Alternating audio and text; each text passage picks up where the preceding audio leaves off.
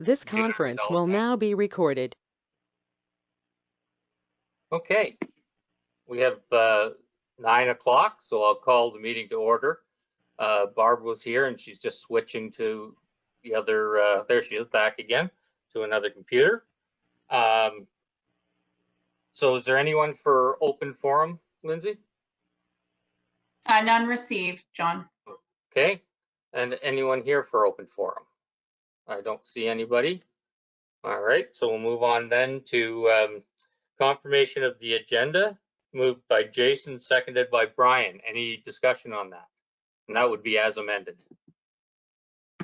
Barb has an amendment, but she's just, I can't hear her. I see her talking. Yeah.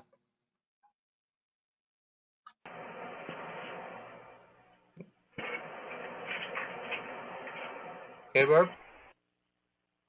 There you are, I think. Nope. You know what Barb's amendment was, Lindsay?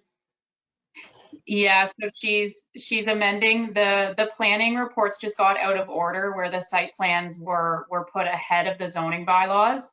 So they should be approved ahead of the site plans.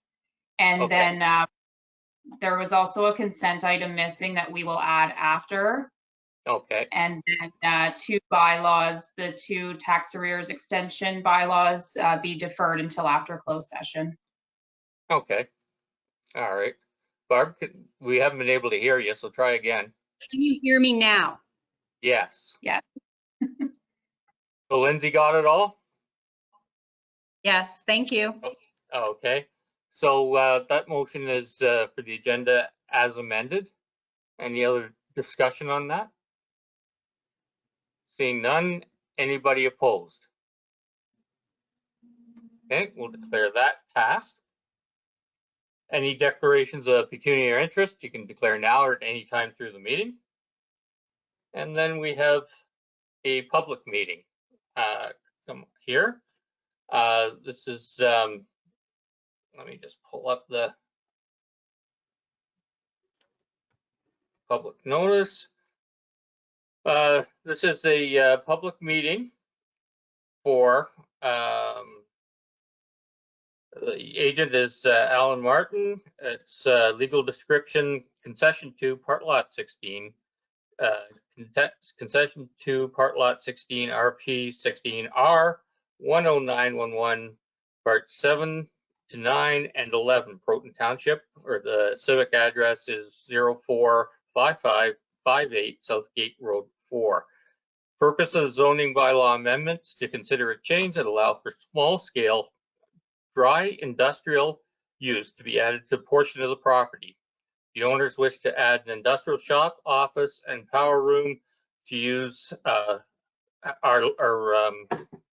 proposed to be up to 750 square meters. The outside storage is proposed to be approximately 500 square meters. Zoning bylaw will recognize reduced lot area to implement consent application B7-20, which is proposed to sever the lands into 2 50-acre parcels.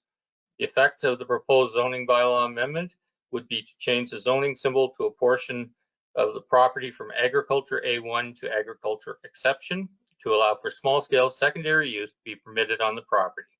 The environmental protection zone boundary may be adjusted based on Conservation Authority comments. Can I have confirmation that the notice was posted? Yes, Mayor, very proper notice was given in accordance with the Planning Act. Okay, thank you. Clint, would you like to go over the comments, please? Good morning, Chair Woodbury. Yes, I'll go over those. So the first comments we have are from the building department. They have no concern or objection with the application, but indicate that a barrier-free washroom will be required with a septic system. The Public Works Department indicate a safe access can be provided. It's a rural gravel standard road. They're indicating a road widening is necessary.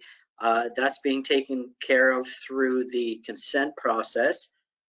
And In the comments, it says no civic address number posted at the property. It requires civic addressing. Within less than 100 meters, there are 4 entrances, one grassed over, abandoned with culvert in the ditch. House has circular type entrance and 1 commercial entrance. So there's some cleanup that needs to happen there in terms of the entrances, but that certainly can be done for sure. So that's all of the comments. Oh, pardon me, there's one more comment here. The last comment is from the Saugeen Valley Conservation Authority, and they indicate that the application is acceptable to the SVCA staff.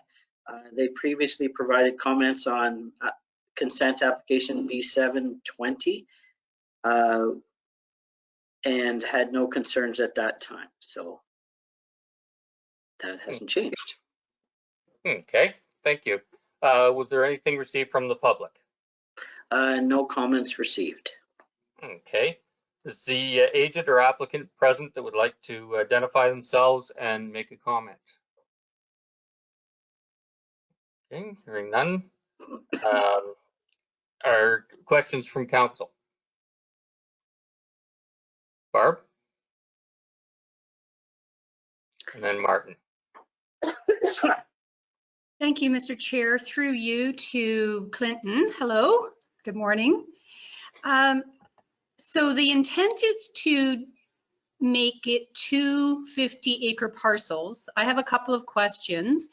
Which 50-acre parcel will a shop be located on?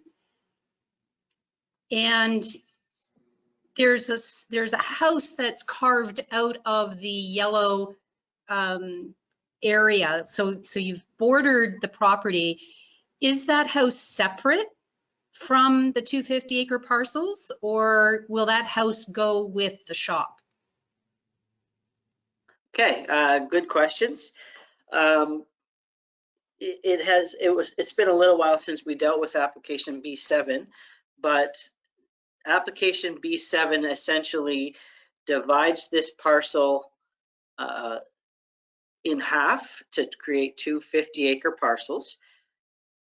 This zoning is dealing with the whole parcel in the sense that it's allowing for the reduced lot area, but specifically with the zoning. So the zoning is doing double duty. So it's zoning for the lot area, but it's also zoning a specific area of the parcel for the shop. Now, that little notch that you see out of the 100 acres, once we take the road widening from the parcel as part of the condition of consent, that portion will be merged in with the other the 49.8 acres to make it 50 acres. And so then it will be 2 50 acres. That residence will go with this shop, and the other one will be vacant. And there will probably be another application for a home and shop to go on that 50 acres as well down the road, but you can't do that yet until the lot is actually there. So that's where that stands right now. But we're dealing with this to implement the consent and to create this industrial use there. So hopefully that answers all your questions that you had there. Thank you, Clinton. I do have a follow-up. Yep. Mr. Mayor. Sure. So within that in mind, a shop, a non-farm diversified use is permitted on a 50-acre parcel in rural, like our designations, right? Not primary ag, A1. Mm-hmm. Or did I get that mixed up? Well, they're permitted in both. Okay. It's just the sizing of them. And right. if you're less than 50 acres in the ag designation, you can't have a shop. Okay. It's the rural, it doesn't matter, but in okay. ag, it's if you're less than 50 acres, you can't have a shop. So, so forgive me and allow me some latitude here. In this designation, it is permitted to have a shop on this 50-acre parcel. I note that the size proposed is the maximum size, as if there was no restrictions. If it was restricted, it would be a smaller parcel, would be a smaller shop requirement, correct? Yeah, so if it was below 50 acres, so 49, Okay, then it hence would be, the merging of the house. so just so we're clear, this is in the rural designation. Thank you. So if it was less than 50, then it would go, the shop size maximum is 250 square meters. But Thanks. most of the ones we deal with are above 50 acres in size. Okay, so 50 plus acres. And Yes. And I know that with regard to this parcel or this file, we can't make our decision, or we can't think about what might come down the road. As you mentioned, there probably will be a house and a shop application for the other 50-acre parcel. With the 4 driveways and the increased truck traffic of a shop, are we concerned in any way about adding yet more driveways? No, I wouldn't say. Jim Ellis is sort of the keeper of the keys in that respect. He has the ability to grant entrances and whatnot. So when we get to the site plan stage for the shop, we can then put in requirements for them to remove entrances if one of them, I think, was abandoned or is a field entrance or something. So we can require them to remove some of those entrances. And certainly with most of the shops and whatnot, the entrance to the shop is not necessarily the same as the one to the house, because they try and keep those separate. Sometimes it is, but not always. All right. It's all being considered, and I guess that's all that we need to worry about. Yeah, so site plan is where we would look after that. And as I said, Jim would look after the number of entrances. And I'd put in a clause in there to that effect to allow Jim to do that. Thank you so much. Yep. Martin? Thanks, John. Clint, I guess that was one of my concerns, because I know there's that percentage, so you actually answered one of my questions. The other question, I think, through the chair, might go to Bev, because it looks on the yard plan, there's obviously an existing weeping system, and the building department wants another one for the shop. I was looking at water management on page 17, and it says what kind of water management, and it says sheet flow. I have no idea what that is. Could Bev explain that to me, considering there's going to be 2 weeping toms there? I can explain that to you. Okay, Clint, can you explain that to me, please?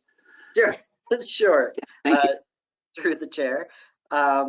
Sheet flow simply refers to, it deals with stormwater management, first of all, not with wastewater management. Yeah.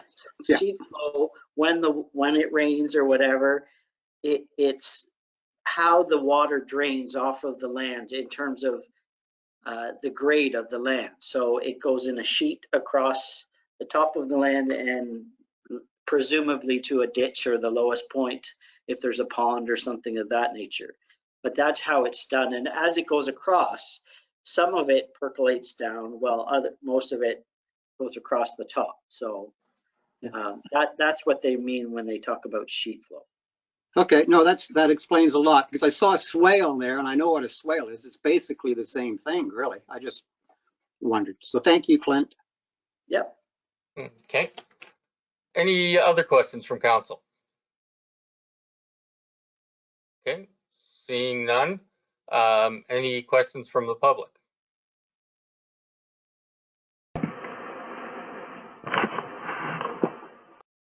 Okay, any questions from council again? Okay, that'll bring this to planning meeting to a conclusion. No decisions will be made today, and Clint will get back to us when he has a full report on all the stuff for us. Thanks, Clint, for that. Next, we move on to delegations. We have the Ontario Barn Preservation preservation presentation. How's that? We have that one. Wes, I saw you there a few minutes ago. There you are, Wes Wilson. And I have a motion. So this is how today's going to go. I have a motion. I have a motion moved by Barb and then seconded by Martin that we received this for information. So Wes, I'll turn this over to you, and thanks for being here. All right, perfect. Well, thank you very much. And I'd like to start thanking Mayor and Council for allowing me the opportunity to speak before you today. My name is Wes Wilson, and before I begin, I'd like to take a brief moment to tell you a little bit about myself. I live in Norfolk County, where I am a descendant of the founding families of UEL descendants, where my family's farmed for over 200 years, conserving the original barn that was constructed on our family farm for generations. I'm actively involved in several professional organizations, including the International Scientific Committees of the International Council of Monuments and Sites, Ontario Barn Preservation, Architectural Conservancy of Ontario, ASHRAE, Canadian Society for Civil Engineering, and Norfolk Historical Society. Currently, I'm just finishing up my degree in Architectural Conservation and Sustainability Engineering. I'm here before you today to represent Ontario Barn Preservation, which I'm the District 12 representative and policy and advocacy representative for the organization. And as part of what we're doing is we're doing a series of deputations to councils across Ontario, as we're an Ontario-based organization. And as part of this, it's to engage municipal councils across the province to advocate for the change of surplus farm dwelling severance policies to avoid the unnecessary demolition of rural agricultural structures. And now I'd like to share a video for yourselves of our current Vice President, Krista Hulshoff, on the matters before you today to give you a detailed view of the policy attributes. Just give me 1 minute to do screen share here. And are you able to see my screen? Yes, we are. Okay, perfect. And if you're not able to hear the audio, please let me know and I'll try to correct the issue. Thank you very much for this opportunity to speak to you today. My name is Krista Are you able Hulshoff, to and hear I'm the audio? Vice President of Ontario Barn Preservation. Yes, we're good. Ontario Barn Preservation is a not-for-profit started in 2019 to advocate for our heritage barns. We do not advocate for mandatory preservation, but encourage voluntary preservation, reuse, and restoration where possible, and provide the resources to support those who are interested. You can check out all our initiatives at ontariobarnpreservation.com. The provincial policy view on heritage barns is that significant built heritage resources and significant cultural heritage landscapes shall be conserved. We believe that preserving barns is an important part of this goal. Although our heritage barns may not have the same functionality they once did, we believe that they are an important part of Ontario's cultural history and rural landscape. They provide landmarks in the countryside and our rural scenery. They have the potential to be reused and repurposed. They're value-added opportunities for agritourism. The reuse of buildings is more environmentally friendly than use of native new material. They have historic value for research of vernacular architecture and cultural history. They convey an important sentiment to our urban counterparts about the hardworking farm community. They're useful for small farm operations, and they contribute to the rural economic growth and development of our area. Recently, we became aware that the surplus farm dwelling severance policy was causing the unnecessary demolition of our heritage barns. We researched with municipalities, planners, architects, and engineering some of the key policies from the provincial policy statement from AFRA, zoning, official plans, and Ontario Building Code regulations, which were creating difficulties in the conservation of our barns. And this is the Coles Notes version of that letter. The first policy item that we felt was most detrimental to our barns is the minimum distance separation. So we felt that barns retained on the farmhouse lot were the best solution. When done this way, the barn is already in compliance with the minimum distance regulations, and the owners of these small farm lots of the barn see the barn as a novel asset rather than an obsolete liability. These small farm owners are also interested in hobby farming, adaptive reuse, preservations, starter farms, CSAs, farm gates, and estate residential. So we feel that barns severed on the retained farmhouse lot have the greatest chance of success and preservation. Where a barn is retained on the agricultural lot, a large piece, it is in immediate violation of the minimum distance separation requirements, as the related farmhouse is now on a separate property. Due to the unsuitability of these barns to house animals or equipment effectively, most farm owners would be willing to tear it down, and there's a lack of interest in preservation. Some of the solutions we found to this problem were retaining the barn on the farmhouse lot with limits on animal capacity or areas, zonings that state that lots must comply with the OMAFRA manure management guidelines, or retaining the barn on the farmhouse lot and making it unreasonably capable of housing animals. The next policy item that we felt was most detrimental to our heritage barns comes from the provincial policy statement, which states that a new lot will be limited to a minimum size needed to accommodate the use and appropriate sewage and water services. This small lot and restrictive guideline almost always forces the barn to be retained on the large agricultural lot, and thus, as I explained, nearly guarantees its demise. Some solutions we found from municipalities were using a minimum and maximum lot size rather than the above strict guidelines. They were reviewing each severance on a case-by-case basis to find the best selection of buildings, and they provided language to consider heritage buildings, landscape features, and other site assessments for the severance. Some municipalities also did a reasonable use assessment to ensure that the lot was adequately sized for future septic systems. The next policy item that we found challenging was the designation of non-farm use. We feel that the non-farm designation of these small residential lots creates conflict of uses in prime agriculture lands and encourages non-farm residents to purchase these properties that can lead to neighbor conflicts. Where farm uses, including livestock, are permitted on these small lots, it encourages farming owners, barn reuse, farm startups, CSAs, etc., that contribute to rural revitalization, as well as a better chance of success for our heritage barns. The last policy item we found challenging was the mandatory change of use for buildings to not permit livestock. So where a barn needs to be proven not to be used for livestock housing, OMAFRA distinguishes a building capable of housing animals as one with water and stalls. By removing these items from a heritage barn, it can be proved to be an accessory or shed building rather than livestock housing, exempting it from the minimum distance separation requirements and the nutrient management plans. Note that the Ontario Building Code does not distinguish the difference between an agriculture shed building or an agriculture livestock building. It only distinguishes between agriculture building and Part 9, small buildings, or Part 3, large buildings. Doing a mandatory change of use from agriculture into these other categories, Part 9 or Part 3, are usually financially challenging and not feasible for most barn owners. We would suggest that wording be more clear in the zoning bylaw and not left open to interpretation by the current building officials or building code or OMAFRA guidelines. And I'd like to leave you with this quote. It is possible that millions now living in North America have never seen a barn, let alone been in one. In the foreseeable future, there's more than a possibility that for many, the kind of barn illustrated in these pages will not be there to see. Too often, we see these community-raised historic structures in poor condition with loose boards flapping in the wind, roofs caved in, or just the massive timbers decaying into the ground.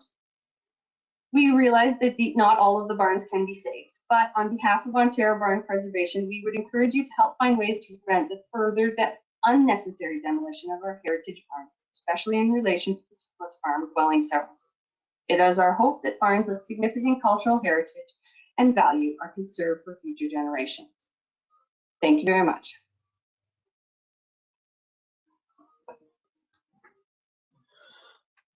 And in the presentation there, you saw a series of points regarding the provincial policy statement. And just to ensure clarity, this was reflected within the official plans of municipalities, just to ensure that clarity is there. And now I'd like to thank you for your time here today. And if you have any questions on what has been presented in the slide package included with your agenda or within the video presentation, I'd be more than happy to answer them for you.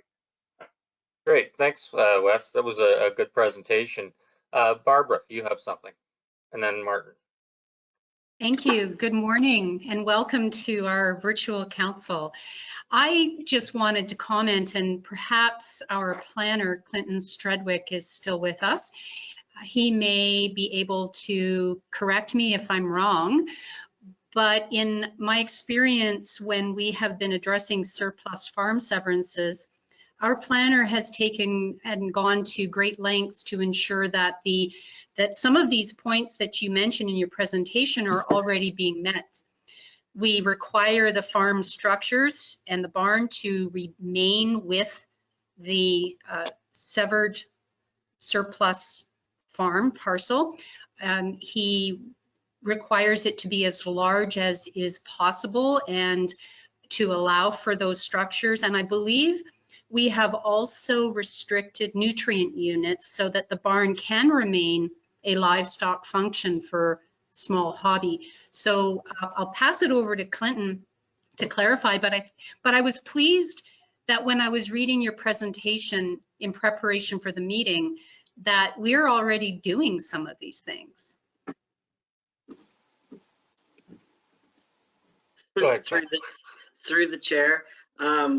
You're right, Barbara. We are doing a number of those things.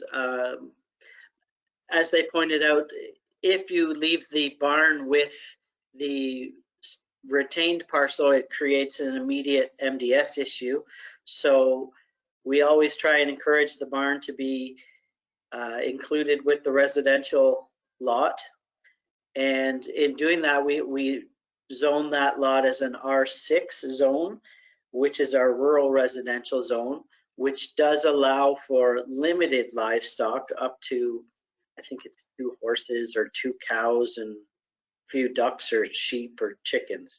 So it allows for a minimal amount of livestock, but also for the storage uses as well, if they want to use the barn for storage purposes. So in that way, we try and maintain the barns and keep them around, and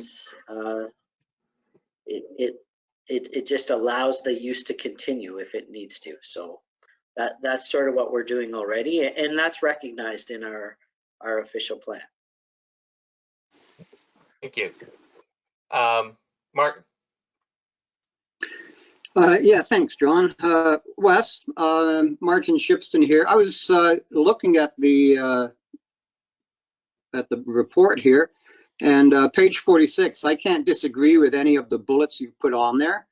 My only question is when you say heritage barns and historical barns, you said you're in engineering. Is there a benchmark or a checklist you have to look at a barn to say, okay, well, it's in rough condition, but it should be saved because it has this type of truss work, or it's downed, or it's mortise and tenon? Is that one of the criteria you look to make it a historical or heritage barn, not just because it's a barn?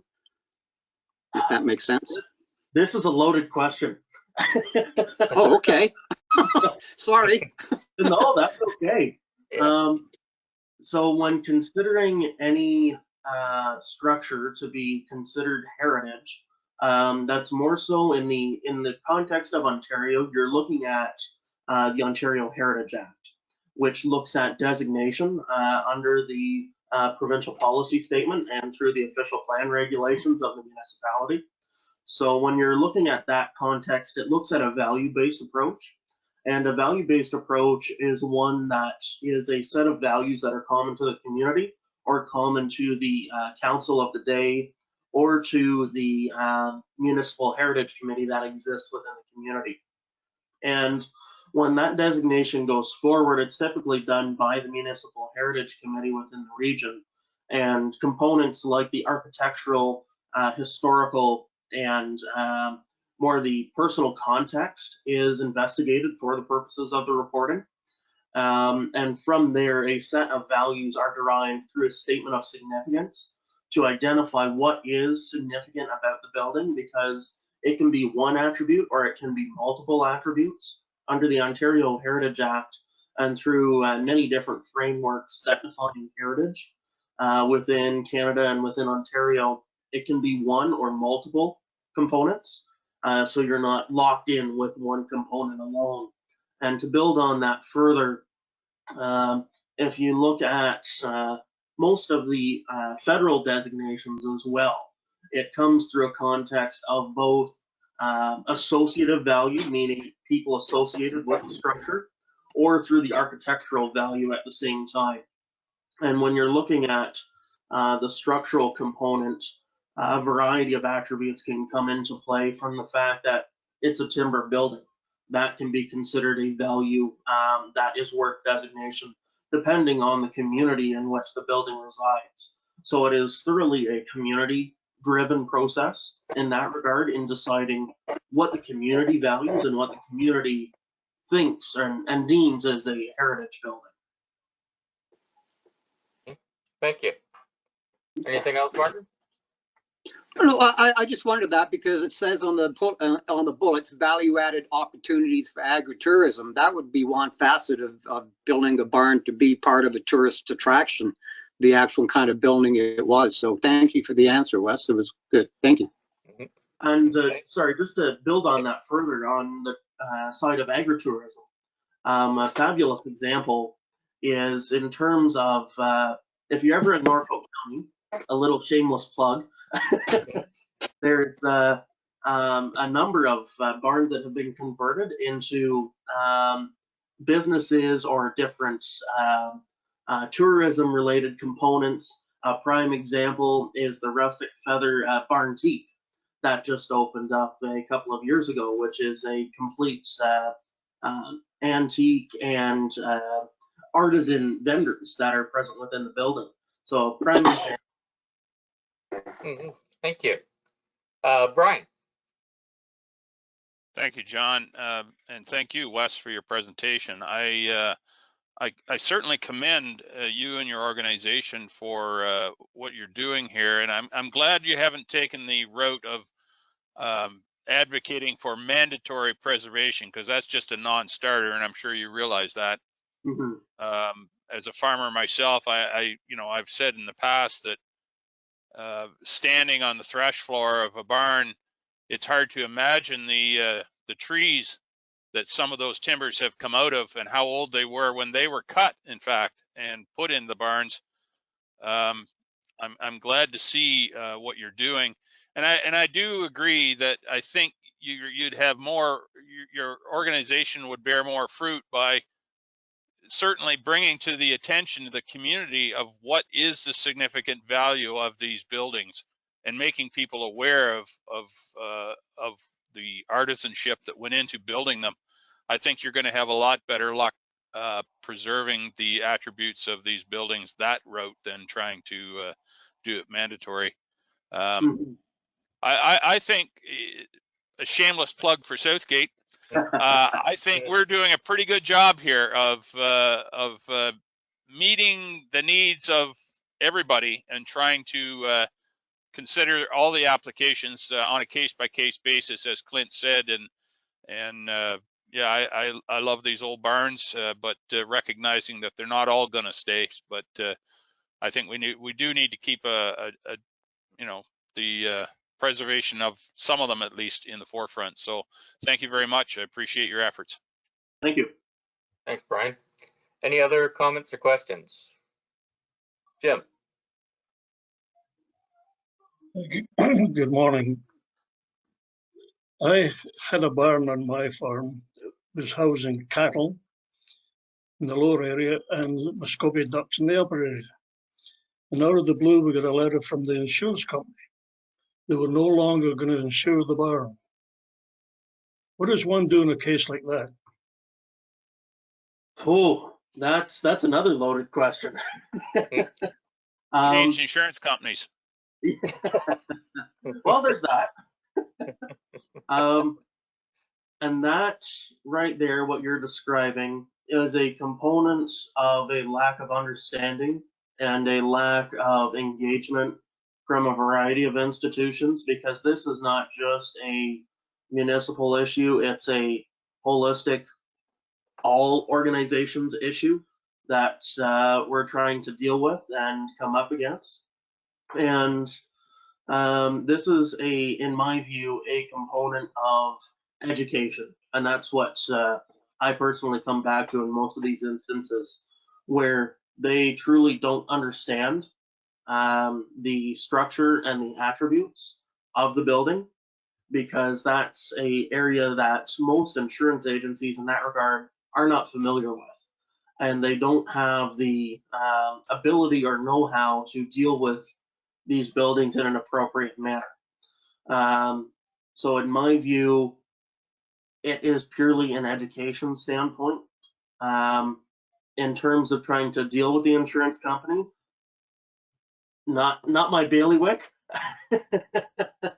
However, that's the education standpoint that we're coming up against, and a perfect scenario that you described there. Thank you. Any other questions or comments?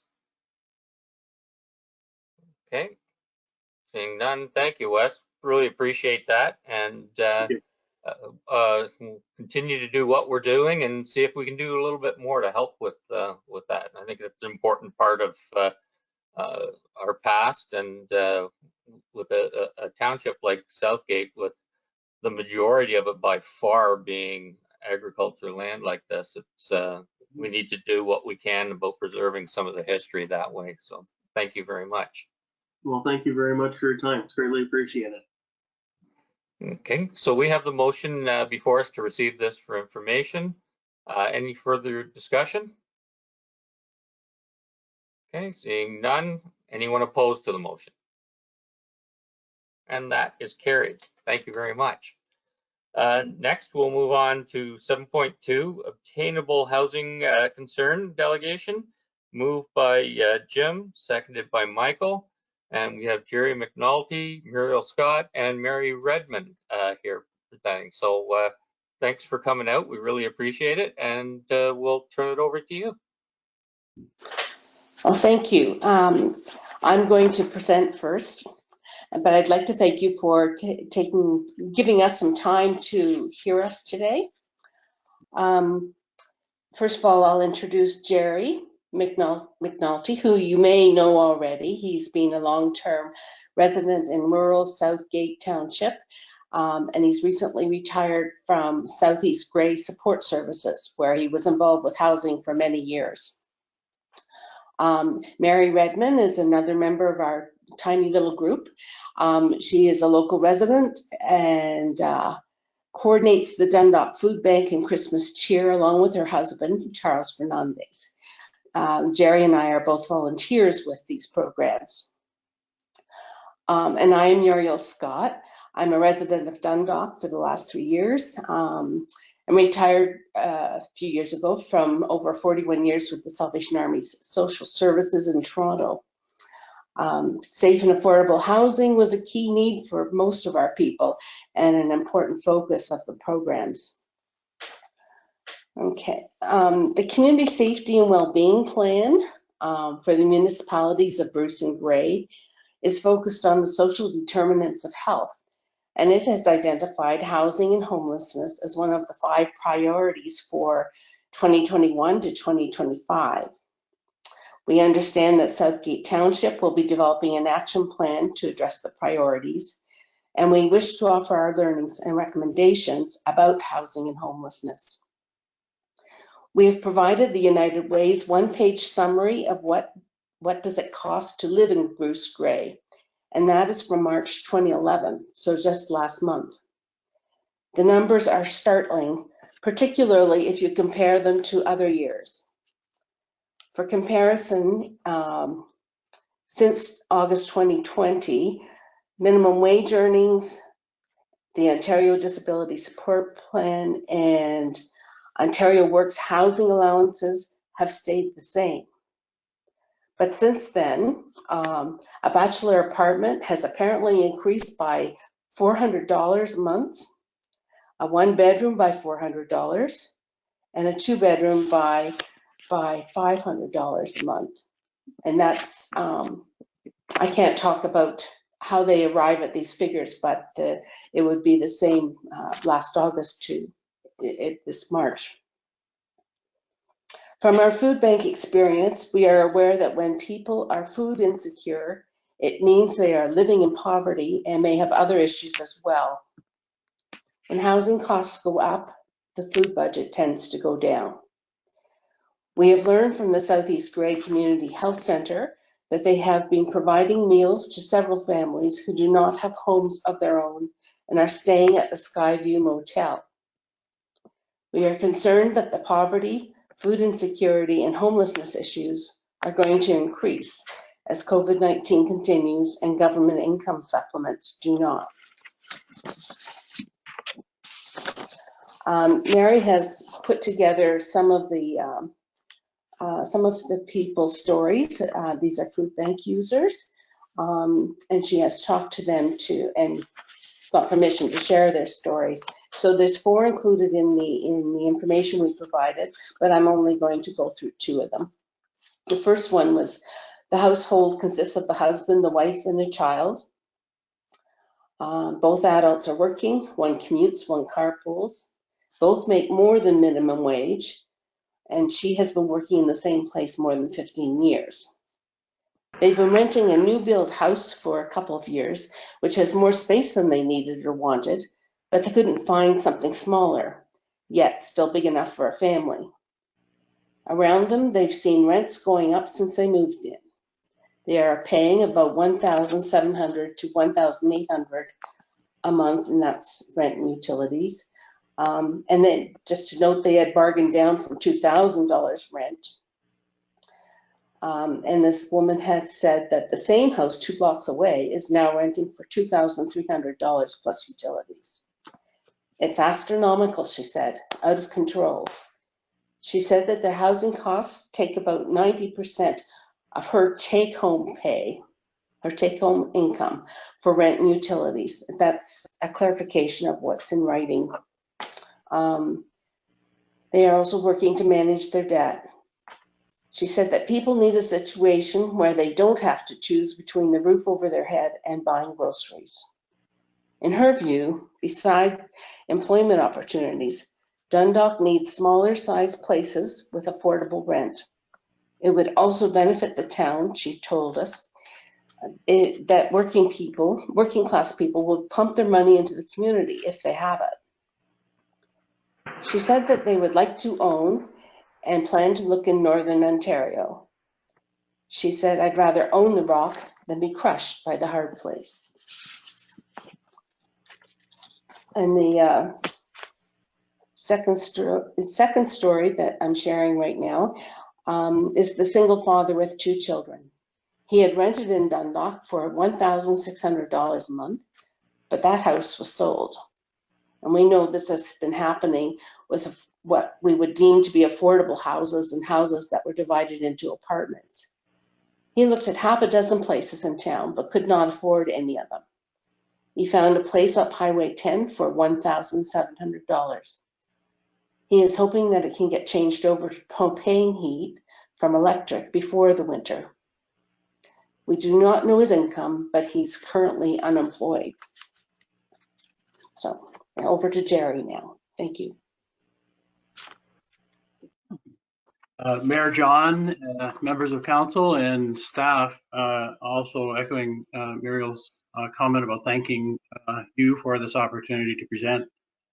It's exciting to see the continuing growth of Dundalk and the township of Southgate, along with the opportunities for local businesses. We recognize all the collective hard work that's resulting in this growth, and we appreciate the community improvement plan is being actualized. We're not planners nor housing developers. We're a group of concerned community members who have seen through the food bank the concerning insecurity that exists around housing. With the current phenomenal local growth, there have been some less than positive impacts Seniors who have lived in our municipality, raised families, and contributed to our communities now struggle to downsize to more appropriate but still local accommodations.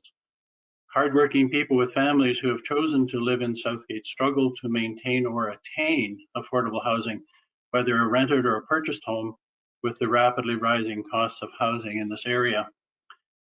People facing other challenges, physical or mental health related, cannot find accessible, supportive housing. Some people are on the edge of or are completely in a state of homelessness. Having sought information from staff of Grey County Housing, United Way Grey Bruce, Southeast Grey Community Health Center, Southgate administration folks, Saugeen Shores Attainable Housing Task Force, community leaders, Lions Club people, and the Dundalk Christmas Cheer Food Bank, we'd like to make the following recommendation. Organize an attainable housing task force to plan for appropriate housing opportunities for all members of the Southgate community. 2, commit to zoning changes that would streamline the development of mixed housing, accessory apartments, tiny homes, etc.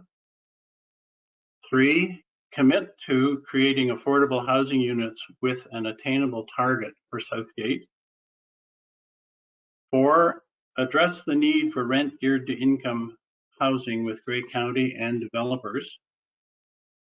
5, create a levy assessment as has been done by Grey County, or a legacy fund as has been done elsewhere, to provide a stimulus grant for housing projects that meet criteria. 6, acknowledge that it is imperative that Southgate become more active in addressing housing insecurity and inequity. And 7, create an understanding with developers that a portion of their developments must be affordable units.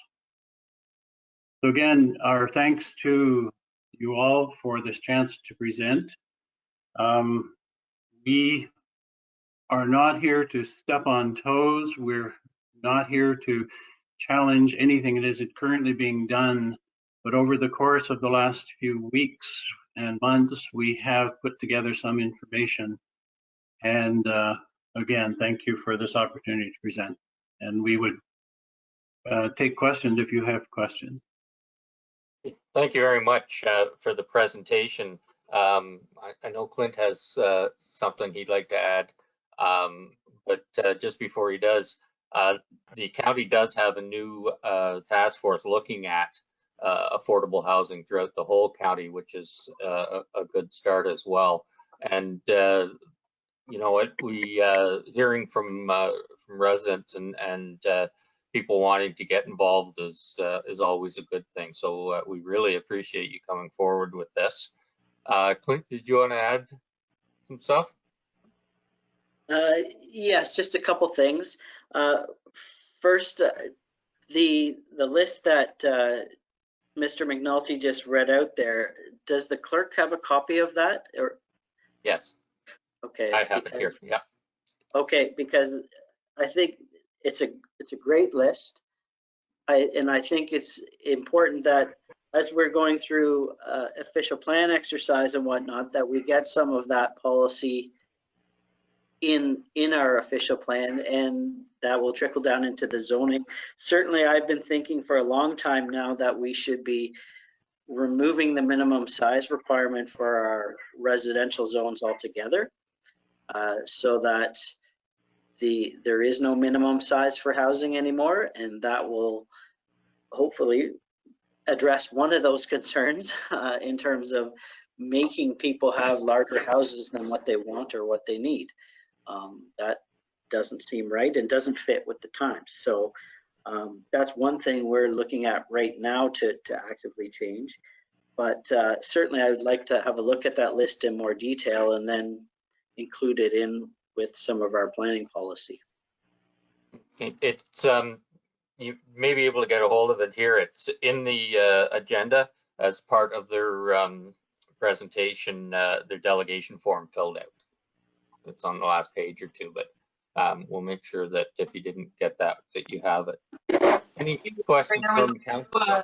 There was also a secondary page that I received that we'll upload with the agenda after too. Okay, and that would be the one with the examples of the people, I would say, because I don't see that. Yeah. Okay, great, thank you. That makes that's better. Barbara, and then Mark. Thank you, Mayor Woodbury, and welcome Jerry, Muriel, Mary. Glad to see you all, and thank you for sharing all of that great information. Clinton pretty much answered my questions about, incorporating the official plan, because my question was going to be about when are we going to address the minimum square footage. So thank you, Clinton. We're looking at that. I just need to note that real estate is crazy. There's a 14-acre parcel that someone has listed for $600,000. There's not even a building on it.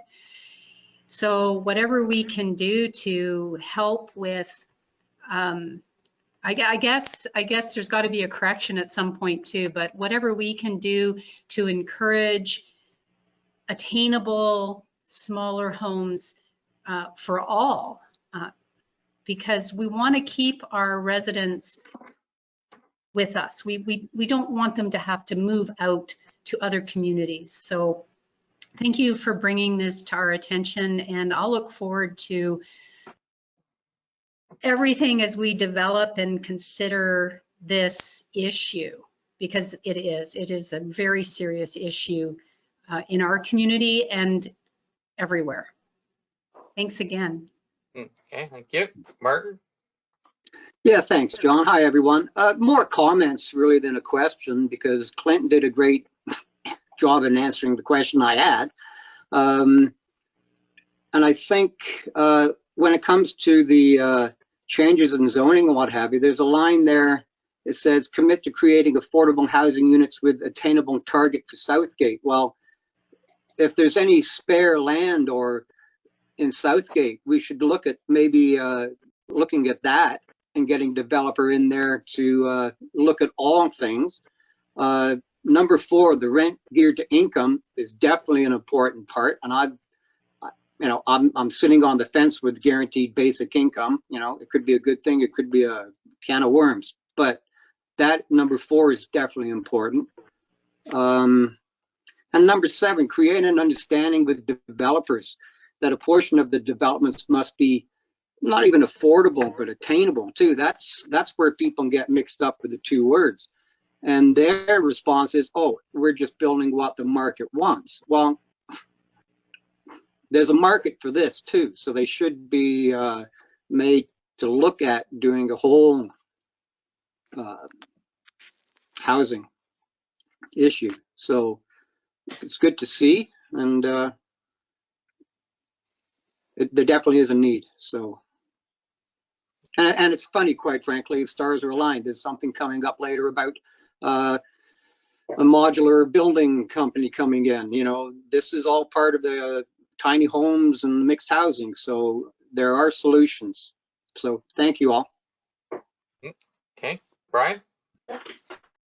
Thank you, John. And thank you, Jerry and Muriel, for your presentation. Certainly none of this comes as a surprise, or shouldn't come as a surprise to anybody if they're paying attention. I'm just curious to know, in your research that you folks have done, in your estimation, would you suggest that the initiatives that the county and to a lesser extent the lower tier Southgate, are they having an impact? Or so is it framed as more of that, or is it completely different initiatives that are needed in your estimation? I'm curious to know, because there are a lot of initiatives, as you've outlined some of them here. The county is, as John indicated, we have an attainable housing task force in place, and there's lots of initiatives going on, but of course there's never enough money to do all of it. But I'm just wondering, is what we're doing having any impact, or are we wasting our time and we need to do something completely different? Well, I think that anything that is done towards affordable / attainable housing is worthwhile effort. But I think there are there are long-term solutions and midterm solutions, and there are short-term solutions. The short-term solutions are really important for the people that are on the edge of being homeless or are homeless. The longer-term solutions need to be part of the official planning process and so on, but they need to get started now if they're going to bear fruit down the road, like years from now. Anne Marie Shaw and the Grey County Housing have been terrific, great support in the conversations that we have, and it seems as if perhaps they have some ways to be involved in housing that would involve rent guarantee income subsidy situations that wouldn't mean they are doing the actual building up, and they may participate in a development and pay for a portion of the units in a development. So no, Brian, everything that is being done around housing is important and it's worthwhile. It's just that there's such a need, and it's exacerbated by current situation with increasing house prices that has led to properties that were rental properties locally. And we're not just talking about Dundalk, we're talking about Southgate. Rental properties that were affordable that may not, either they're not affordable now or they don't exist now because they've been sold. So yeah, anything that's being done is important. So Muriel, I don't know if you have anything to add. I guess I'd only add that, like, just like there's the short-term and also long-term kinds of possibilities, one size doesn't fit all. Mm-hmm. And I think this is going to be an ongoing need for a very, very long time. So, and we're not going to fix it in just a few years even, I don't think. It's too overwhelming, but we do need to develop a plan and then work at it, I think. I think, there's just so many things that go with this because like Martin mentioned, the possibility of using township-owned land, I think you meant. In any case, you have to look at that, where that is then and what kind of housing that will be and who will live there, because is transportation going to be a huge issue? We know there's more transportation now, but it certainly doesn't cover every part of the township. It can't. And people who are trying to either get work or continue with a job have to be able to get there. And some of our food bank clients don't have wheels. They sometimes carpool, which is wonderful. And they access, they use their friends sometimes, but a lot of them don't have the means to go and get what they need. So being stuck in a home in the country isn't going to work for them. So I think we need all different kinds of solutions. And if I could, John, just mention, and Jerry makes a good point. There's a range of fixes, if you want to call them that. Near term, medium, and long term. I just note that the county meeting tomorrow, there's a report that the province has given or is offering. I think it's additional, close to $750,000 to Grey County Housing to be used for immediate help for people for housing. So things are being done, but as you folks have eloquently pointed out, it's never enough. And it never will be enough, but we got to keep working at it. And I appreciate your efforts to push people along. Thank you. Yeah, absolutely.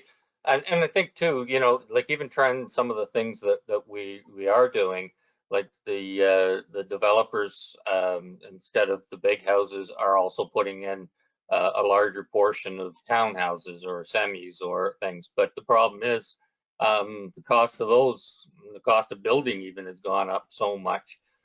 So I think between the different levels of government, if we can work together and do what we can, grab the low hanging fruit right now, that any help we can give and make plans for the future, I think is the way to go as well. So yeah, thank you. I see Barb, you have something else? Thank you. I just wanted to elaborate, and maybe Clinton can chime in about the minimum square footage as an option. I mean, our official plan is going to take, a year, 8 months, and then, the zoning bylaw amendment. Is there any, I know Grey Highlands changed their minimum square footage, and I don't know what process they went through that. I'll leave it with you, but is there anything that we can do shy of waiting for the official plan to be finalized and approved? And then, and to John's point, the developers did hear our plea for smaller housing or a mix of types of housing. But again, real estate is crazy these days, and just the cost of lumber to frame these buildings, as John said, the cost of construction has increased. Lumber is tripled in price.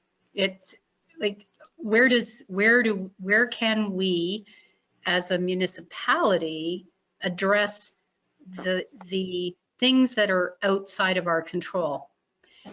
So we can only focus on what we can control, and I'll go back to Clinton. I'm sure you're kind of turning the wheels and seeing what might come down the pipe without committing. Yeah. Did you want to comment, Clint? Through you, Chair Woodbury. There's a whole bunch of questions or things jumbled into one there. The first thing I would say is housing supply is in big part a cause of increasing housing pricing and the escalation of things. There's simply not enough of it, period, whether it's single family rental, those sorts of things. What I would say is because in particular it was mentioned that we've actually lost some rental units, I think it's important for us to encourage developers to build more rental units, whether they're apartment buildings like we have in Dundalk coming now on at the end of Lane or Rose Lane, where we have an 80 unit apartment block there that's being built by Flato. That's going to go a long way for that area to help address some of those rental needs. Rental is typically cheaper than a mortgage, but from what you're saying, with those rental rates, it's not always the case. And again, I think supply is a big part of that. If you flood a market with enough product, it reduces the cost, and then they're not able to rent them. But we're a long way from doing that, as Ms. Scott mentioned there. It's a long process. So that kind of thing needs to be in our official plan and zoning to encourage that whenever we see it and whenever we can, if we can put money towards that sort of thing. In terms of what we can do currently, I would hope we could bring a a housekeeping amendment, if you will, with a bit of time and effort to amend the official plan to deal with the size requirements for housing. It would take a little bit of research and whatnot, but I think we can do that without having to amend and wait for our official plan. We just have to look at the consequences if there's any inconsistencies that would come out of that with the official plan. I know Meaford has done that, I believe, as well, where Liz Buckton is the planner up in that area, and she's done a great job of supporting and championing affordable housing and attainable housing and that sort of thing. So that's something we can look at in the nearer term that I can hopefully get to in the next few months. It's spring rush right now, but hopefully we can get to something like that sooner rather than later. Thanks, Clinton. I think too, you know, gut reaction is to want to do something immediately, and that's very difficult to do under our restraints and with the different things. We've got to look at, not drag things out, but look at things for repercussions in other areas as well, and get at it. But I think this is really important that we do start making plans, seeing what we can do in the near future and what we can do in the long range. And like you pointed out, between apartments and different places and looking at smaller sizes and all of this, I think hopefully we'll have an effect that is positive on this. You know, it's like a lot of the issues, you don't know if it'll ever go away because there are so many issues involved, but if we can make an impact as much as we can, that's the big thing. Any other questions from council? Jason Michael? here, John, if I could. Oh, sorry, go ahead. Okay. Go ahead, Jason, and then Michael. So I was just, I grapple with this issue. I understand we need affordable housing and everyone should have that. I just don't understand how you make these developers build these affordable units. And when you say affordable, like if the houses are selling for $600,000 and you can build an affordable unit for $400,000, I don't think these people are still going to be able to afford that. And I just don't know how you do it. It all comes down to money. And I'm going to be the bad guy here. It all comes down to money. And the only way the government does this is take taxes from people. And we got to remember there's a lot of middle class people, how do I word this, that look like they're doing okay with a new car and a mortgage on a $600,000 house. But some of those people are working 2 and 3 jobs and they're just getting by too. So I know it's a fine line, but we got to remember who's paying for all this. And I want to see people in houses, but it's just, it all comes down to money. And that's my big question. I don't know how you're going to get developers, because we know what the developers are there for. They're there to make money, and they have to be, or it wouldn't be booming like it is. It's just a comment. We got to remember who's paying the taxes too. Yeah, absolutely, Jason. And I think that's why, like I say, we can't jump into something. We have to look at all the ramifications and see how we can do things and what we can do. And you know, like we've seen with some of the developers around, there is a cooperation with trying to do some of the stuff. But you're right, the prices have gone so crazy that it's tough to see what's going to be affordable or attainable, and how it can be that way. Michael.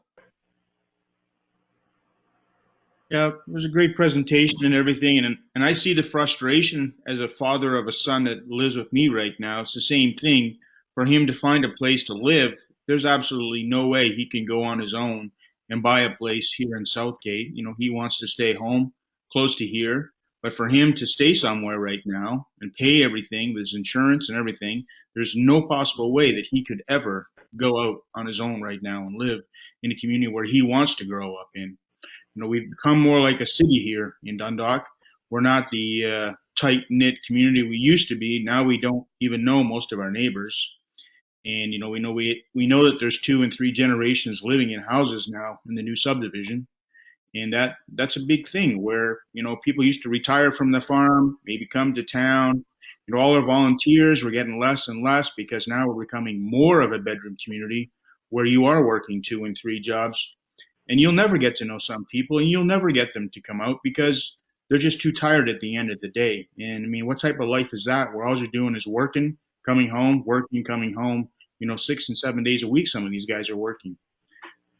And as I said, I don't know. Yeah, there is only one taxpayer, but when you see houses from 25 years ago now at $400,000 or $500,000 here in Southgate, I look at it myself and say, should I sell and move further north where you can bank a bunch of money, but then it's not in your heart because this is where you grew up, this is where your family is. This is where all your memories are, right here. So just to pick up and go somewhere, it's pretty hard. But it's also hard watching kids, look at what we had as a lifestyle, and they can't have it right now because of the price of everything. So yeah, it's pretty tough, but we do need to do something as a committee because our wages haven't gone up in this area to pay for those type of houses. No one in this area, so we do have to watch everything because there is, as Jason says, there is only one taxpayer. The government can give out money, but at the end of the day, we're paying it all back. And, we got to work together. That's for sure. That's my thoughts. Yeah. Thanks, Michael. Well, thank you very much for bringing this to us, and there will be further discussion on your recommendations and how we're going to go forward. So we will be in touch down the road. But again, thank you. We need the community involved in pretty well most things that we do, so that we do have a broader understanding and people with the passion on specific subjects that want to move forward. So thank you very much for your presentation. It's greatly appreciated. Just a quick clarification, Mr. Chair, if I might. Sure, Brian. I went looking, and no one will accuse me of having a good, accurate memory, but it's good, but it's just not very long. The report tomorrow on the county social or the housing report, it's $1.7 million that the province is extending to the social services department in Grey County. So that money will be greatly appreciated, and it'll go towards ongoing programs that are in place to help people with the effects of COVID-19 and housing and all the rest of it. So I just wanted to clarify that. Thank you. Thanks, Brian. Can you look at it a third time? Because, maybe it'll go up more. Well, if it was that easy, I'd do it. Okay. Martin? Right. Just one comment. Talk about the taxes and what have you. Yeah, there's only one taxpayer, but you have to look at the whole thing. If there's this 1.7 or possibly in another couple of minutes, 3.5 million coming to Grey County. But seriously, if there's 1.7 million coming for subsidized housing, which is probably is, you get people in the houses, you get them work, even again, as I said, a basic income. Yeah, you're spending money there, but it's a vicious circle. You're spending money there, and then you're saving money on other social services these people end up needing because of the situation with no housing or low food. So it's a vicious circle, and money has to be spent. The government has to look after its citizens. So, well, just a comment too. But I agree with Michael wholeheartedly. And about having kids at home. Yeah. And it's where you can get the biggest bang for your buck. So, to make the most difference for the money that's there. Okay, so thank you very much. Appreciate the presentation. Big agenda, so we should get moving on here. The motion is before you. Is anyone opposed to the motion? I'll declare that passed. So thanks very much again, and we'll be talking to you soon. Thank you very much. Thank you. Next, we have a motion moved by Brian, seconded by Barbara, that we adopt the minutes of the March 17th meeting. Any questions or comments on that? Okay, seeing none. Anyone opposed? That is carried. Next, 9.1.1 from the fire chief. We have a motion moved by Martin, seconded by Jim, and this is the appointment of the promotions of Cheryl Inkster and Jason Burnett to captain. Derek, did you want to say anything on this? Pretty straightforward. Just they've been acting captains for over a year. They've been learning, and now I think we can bring them up to captains to continue the succession. And then we'll be posting for an acting captain and keep moving people forward. Okay, thank you, Derek. Definitely two that have shown dedication and real influence in the department. Anyone else have any comments? Okay, seeing none. Is anyone opposed to the motion? I'll declare that passed, and congratulations to Cheryl and Jason. I'm sure they've done a good job, and I'm sure they'll continue and be the great asset that they have been. Next is 9.1.2, moved by Jason, seconded by Barbara, and it's the Fire Safety Grant Fund. Derek, do you want to add anything to this one? So basically background, Fire College closed, the Ontario Fire College closed, and they did an assessment of $5 million they were going to donate to municipal fire departments.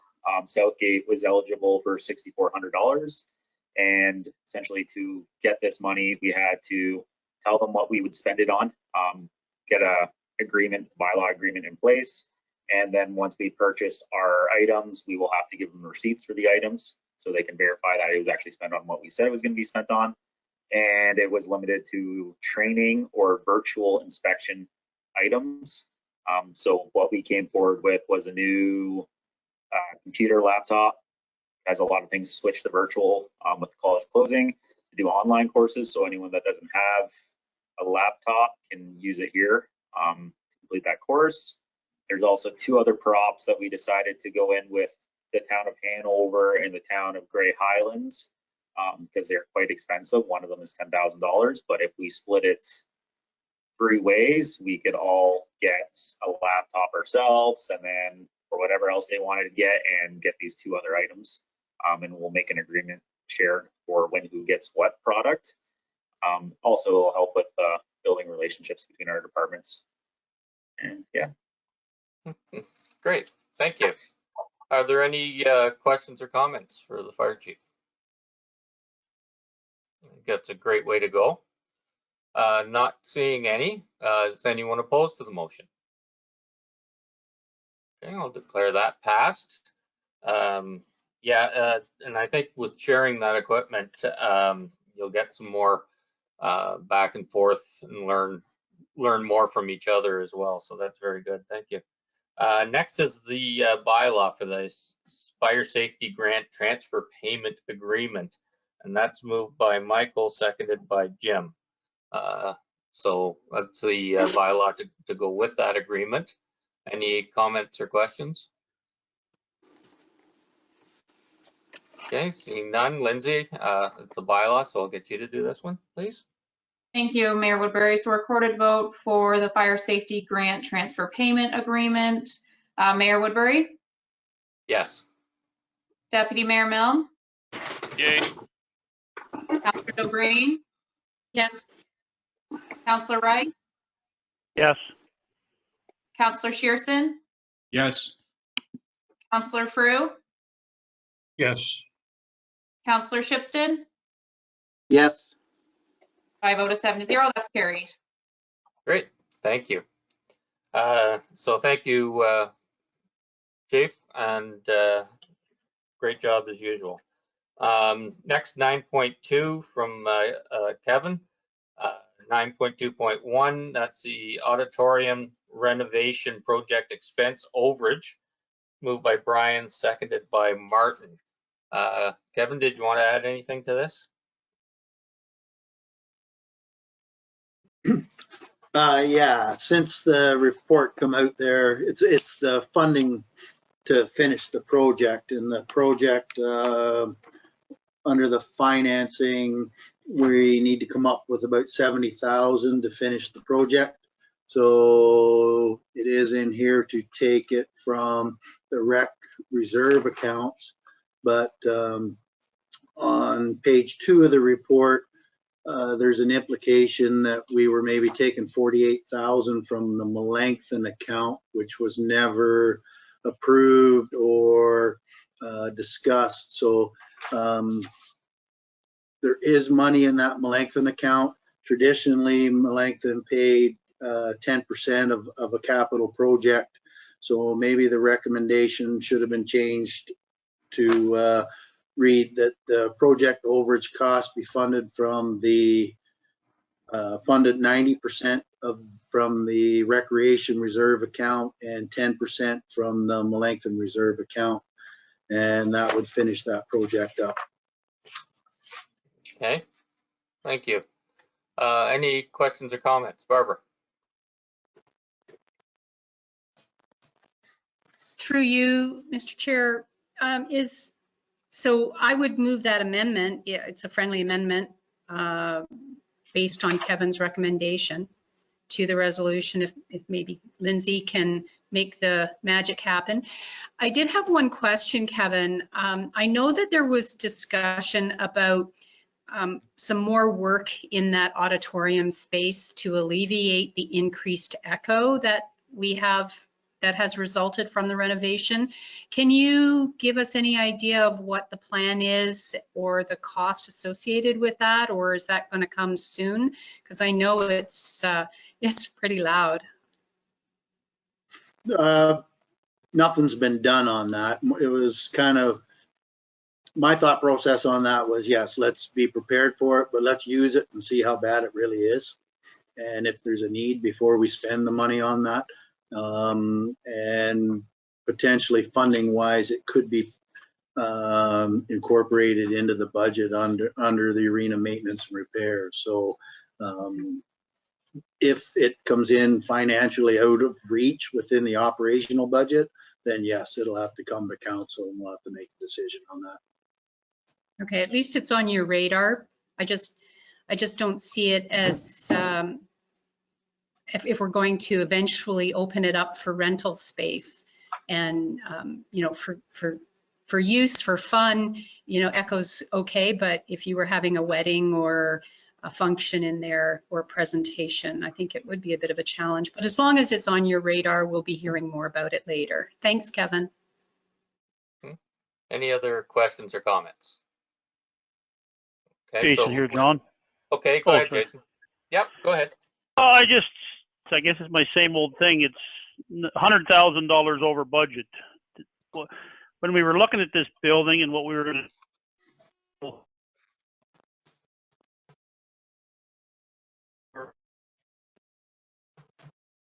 we're losing you, Jason. Like that.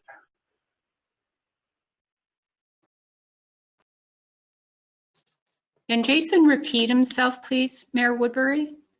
Yep. Yep. We didn't get you on that, Jason. You faded right out.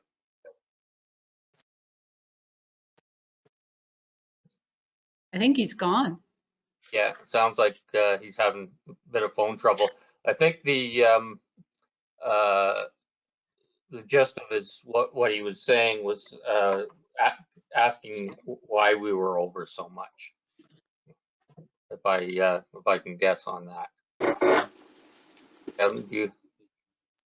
If that's the question, that we're only over the 70,000 because there was a 10,000 contingency built into the project under the finance. Once Liam got the finances done here on the final project, so but included in that, we had to replace the roof at 37,000. We would have had to do that anyways, and the fire alarm system that was required by the building department. We would have had to do that within the next few years anyways, or any renovation on this facility. So, you know, the only really overage in the project that is unforeseen by the builder was our choice on the flooring. So I think, in all honesty, that project come in very well, considering it was a best guess by the contractor on the start of the project on what it would take. So, and again, whenever we can get outside funding, we renovated that auditorium basically on Southgate's money to the tune of $150,000. So that's 1/5 the cost. So again, you know, by outside funding and resources, we got a heck of a project done here at 1/5 the cost. Yep, absolutely. Jason, is that you back? Yeah, I'm back. Yeah. No. Okay. You must have got my gist the way I hear you. Yeah.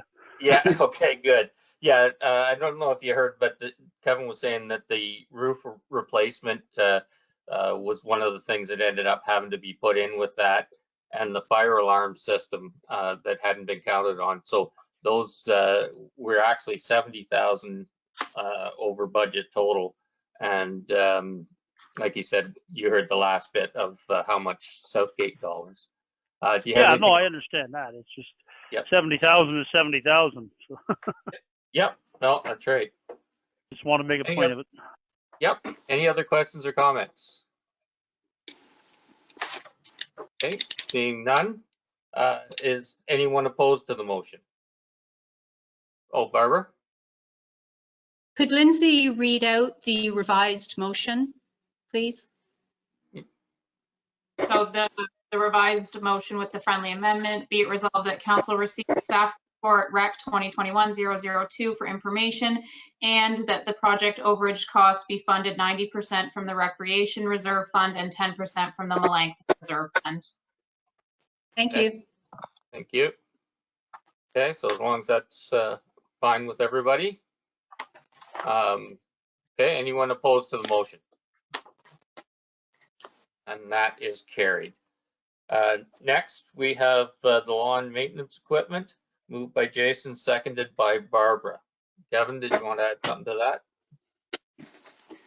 that? Not really. This is just replacing our equipment that we use in recreation. So we try and cycle it out on the 6th year around the, the old model's at 1,200 hours. So that's about the time that there's still a bit of value in it on a trade-in versus running it into the ground. So it's just every 6 years we replace this unit. Okay, thank you. Any questions or comments? Brian? Thank you, John. Kevin, can you just remind me what, in general terms, what areas of grass you cut with this machine? So currently we cut all our sports fields, which includes, we go to Hopeville, we cut all of Hopeville. We are cutting the township main office because we go by there. Swinton Park, Proton Station, Innistobe Cemetery. So half the rural area, just with Holstein so large, it would take us almost 2 days to go out there and cut that. So that part we still tender out Drumore, Holstein. And we cut all the in-town grass. So we're cutting the soccer field, the arena area, Memorial Park, Lozani Park, Parkette, and some of the downtown stuff. And if I might, Mr. Chair. And so can you remind me as well then why we don't tender out that grass to be cut? The reason at this point we don't tender it out is because when we hired on the programmer was working about 20 hours on programming, and in the wintertime he's 20 hours operating the facility in the arena. So in the summertime he's 20 hours programming, and by keeping that grass, that piece of grass gives him that full-time position. So we're not losing him based on a part-time position. So as his job increases, yes, we could potentially look at tendering that out, but it just balances that position right now to create it a full-time job and make it a worthwhile position. Okay, thank you. Okay, thanks. Any other questions or comments? Okay, seeing none, is anyone opposed to that motion? Declare that passed. Next, we have 9.2.3, moved by Jim, seconded by Michael, and that's the Ontario Community Building Fund. And what you're looking for, Kevin, I guess, is to decide between the columns on the arena and the pool building. So if you'd like to add anything to that. And perhaps at this point, we don't need to make that decision. I can maybe proceed with both of them. We just haven't heard back from Triton on the cost of the columns in the arena. And when the Oz was here last time, he was implying maybe it may not be as bad as the initial structural inspection cost-wise. So with that thought process, if it comes in as a minor project, and when I say minor, I'm talking under 50,000 fix, then we do have a big issue with this swimming pool coming up in the year 2025. So if we're going to proceed with that swimming pool as our pool and not advance into a multi-use facility or look at replacing the whole pool, we definitely need to look at that facility. The pump or the change room, really, we changed the pump room out already. So with this capital project, it almost fits better into the pool. So if we could, depending on what the amount of money you can apply for when it does come out, it might be a better fit to fix that swimming pool, because the swimming pool is probably a tear down of the old and a rebuild to get accessible washrooms, accessible change rooms, and all the pieces in to keep that building going if our plan is to extend that swimming pool beyond 2025. So with a funding opportunity again, usually these provincial fundings sometimes get matched by federal too. You're looking at 1/3 funding possibly, and it sometimes Trillium, the funding's even better than 1/3. So if this grant works, that we could max it out, say to the tune of the 250,000, we probably could fix our swimming pool and get better bang for our buck than, you know, just fixing the columns on the arena if it's a cheaper repair. So I think at this point, if the grant comes out, I think the point of it is get approval that we can apply when it does come, so we don't miss the opportunity. And perhaps when it is released or whatever, maybe we can do a follow-up amendment or a follow-up motion that, you know, in seeing the funding from the province, it does fit better with the pool, it does fit better with the arena columns. So personally, we've got to fix this pool sooner than later. So, you know, as my report reads, you know, I think I'm leading you towards the swimming pool more so than the arena columns, but depending on, you know, if the grant comes out and it's only a $50,000 grant, then we're not building a new pool building. So I think it's just more that we don't miss the boat in case the application comes, because the first phase of the operation side of it is due April 30th. So if it comes that quick on the capital side of it, I just don't want to miss the opportunity because we didn't have a council meeting. Okay, good. So I guess the motion then is to receive for information and the council approve the application, and it would be for the arena columns and pool building, I think is what, because it's just the application part. Brian? I was going to suggest that the motion might read whatever you want and then not missing the boat. Yes, I agree. As Kevin, but we don't have to have boats in the motion though, right? No, but you need the pool if you're going to have a boat, and we don't want to miss the boat. So let's catch the boat. Okay, good. Good. So Martin. Yeah, just a comment, I guess. I agree with Kevin, and you know, the pool, if it has to be replaced, we'll get some more years out of it past 25, but this is a great fit for, you know, they'll see this application, and because it is for the change rooms and what have you, with all this COVID stuff, it might be a better chance of getting it because it is that kind of personal separation, 6 meters, doing all that. So I'm certainly more leaning towards the pool. And so, yeah, let's go for it. Okay, thank you. Barbara? Yeah. For you to maybe Kevin or Dave, Is this something that we should be asking Grant Match to just see if there's anything else we can, stack? Or is this application going to be done by township staff and not involve Grant Match? I don't know whether, Kevin, you want to answer that, or Dave?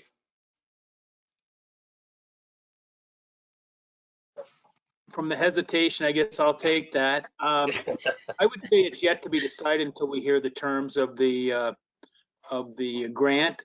When the terms come out, we can't put Grant Match on notice in relation to stacking, but stacking grants oftentimes doesn't qualify. But we'll look at all options until we see the scope of the project and the scope of the competitiveness. We'll assess. We would say at this point we will possibly, but if it's getting in that we could get $250,000, we'd likely go to Grant Match for that higher level of input and leveraging to get that grant. Okay, thank you. Thanks. Any other questions or comments? Okay. Seeing none, is anyone opposed to the motion? All right, and that is carried. So thanks, Kevin. And we'll see Barbara. We have a short break. Yeah, I was going to suggest that because it's just after 10:30 sometime, 10:36. So let's go on recess. What do we say, 10 minutes? How about 9? We'll be back at 10:45, and we'll carry on from there. We'll start with Jim. Okay, thank you.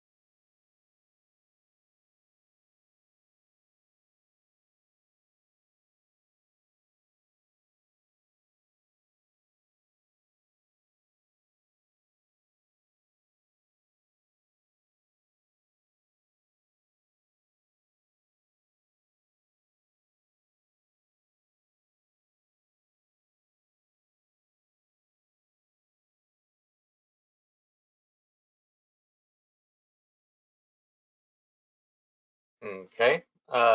Jason, are you back? Yep, I'm here. Okay.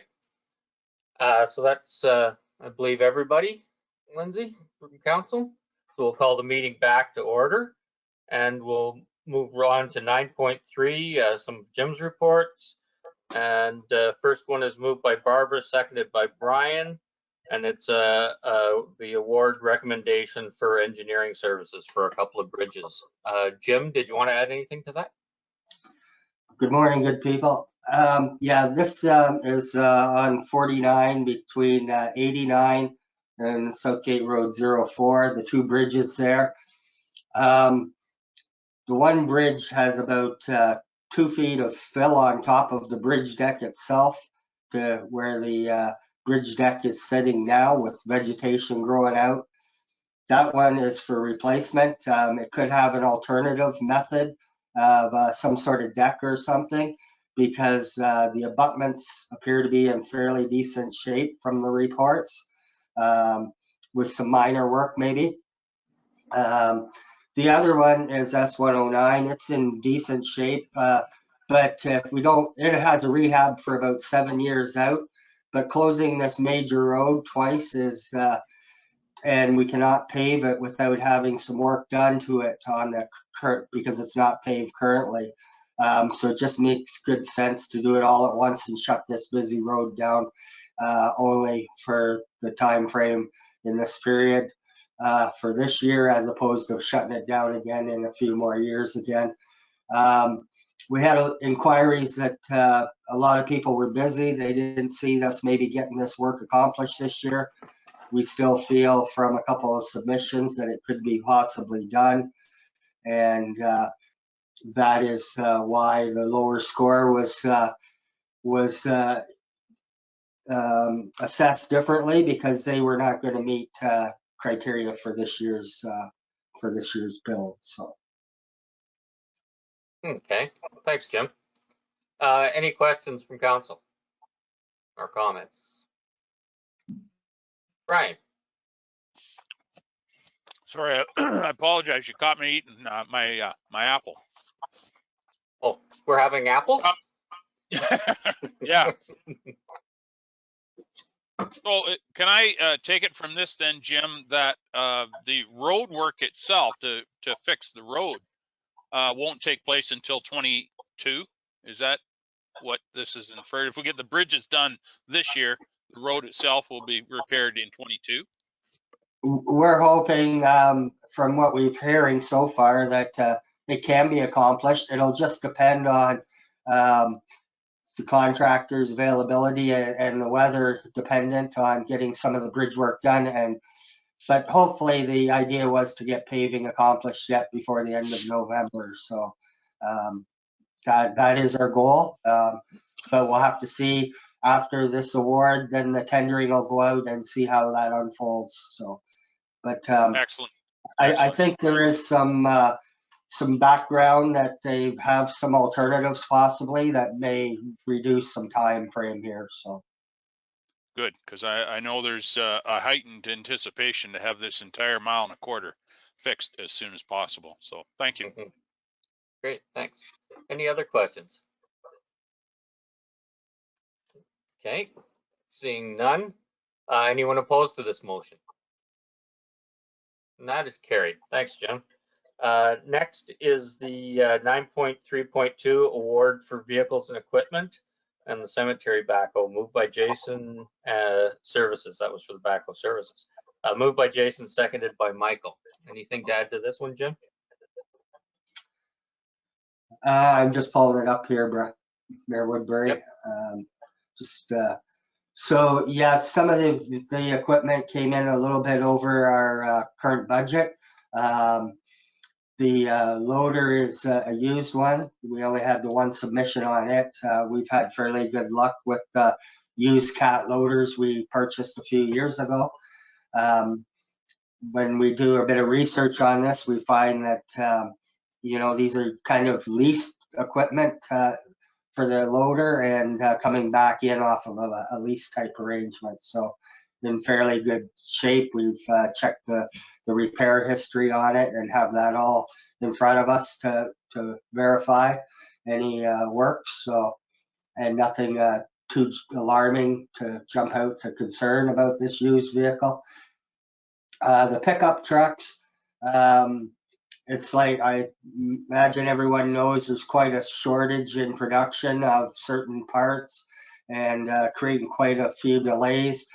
I know some experience that, they're even reaching out to private owners, these dealerships, on their used vehicles and wanting them in because they could have a home for them right away. So it's a hot commodity, and it's going to take a little bit longer to get a hold of than we necessarily anticipate.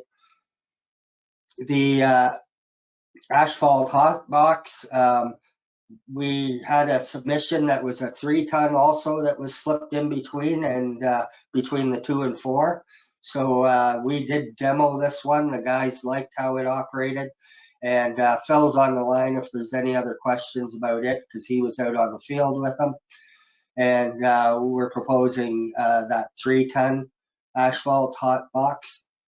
And then the building department's pickup was included in this tender for possible approval.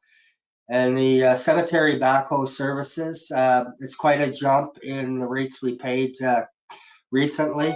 And we'll have to evaluate, especially on the burials, that with our staff time, we're running pretty thin, that we may have to increase those interment charges for full burials.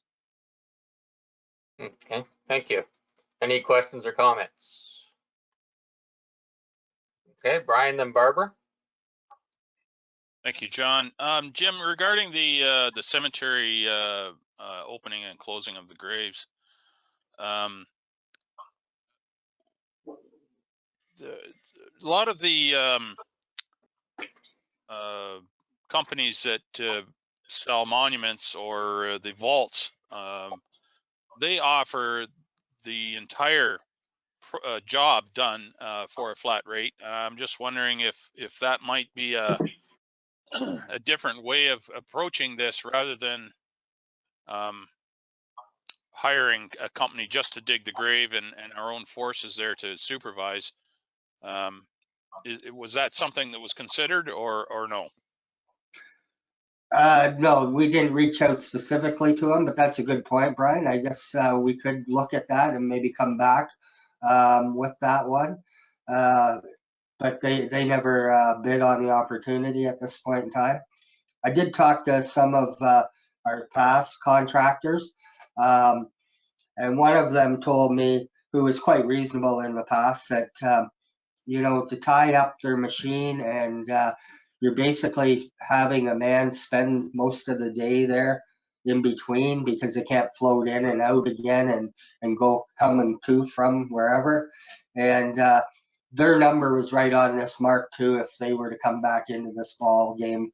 So, but that's a good point. We could reach out and defer this part and see if there's appetite for those services. Well, I'm not necessarily asking for a deferral, just to maybe just keep it in mind for the future. I know a lot of cemeteries are going that route of having the monument or the vault companies do the entire project, and then it's looked after. Anyway, there's a lot of advantages to doing it that way. So anyway, thank you. Okay, thanks, Barbara. Thank you. Jim answered my question. That was good of him already. I know, he's reading my mind. Yeah. Any other questions or comments? Okay. Oh, Martin? Yeah, thanks, John. Jim, this, again, back to the cemetery. Would that be a flat rate for all cemeteries, private and municipally owned, or is just this price hike going just because it's municipal funded and they know they can maybe charge a bit more? Or is it right across the board? I can't really speak to that, Martin. This is a new contractor who submitted. We do know some background about them, but we haven't worked with this contractor before, but that was the only submission we received. Yeah, I guess that was kind of inappropriate, so I apologize for that. But yep, Brian had a good idea. You should look into that. Thank you. Okay, thank you. Any other questions or comments? Okay, is anyone opposed to the motion as it stands? Then that is carried. Thank you.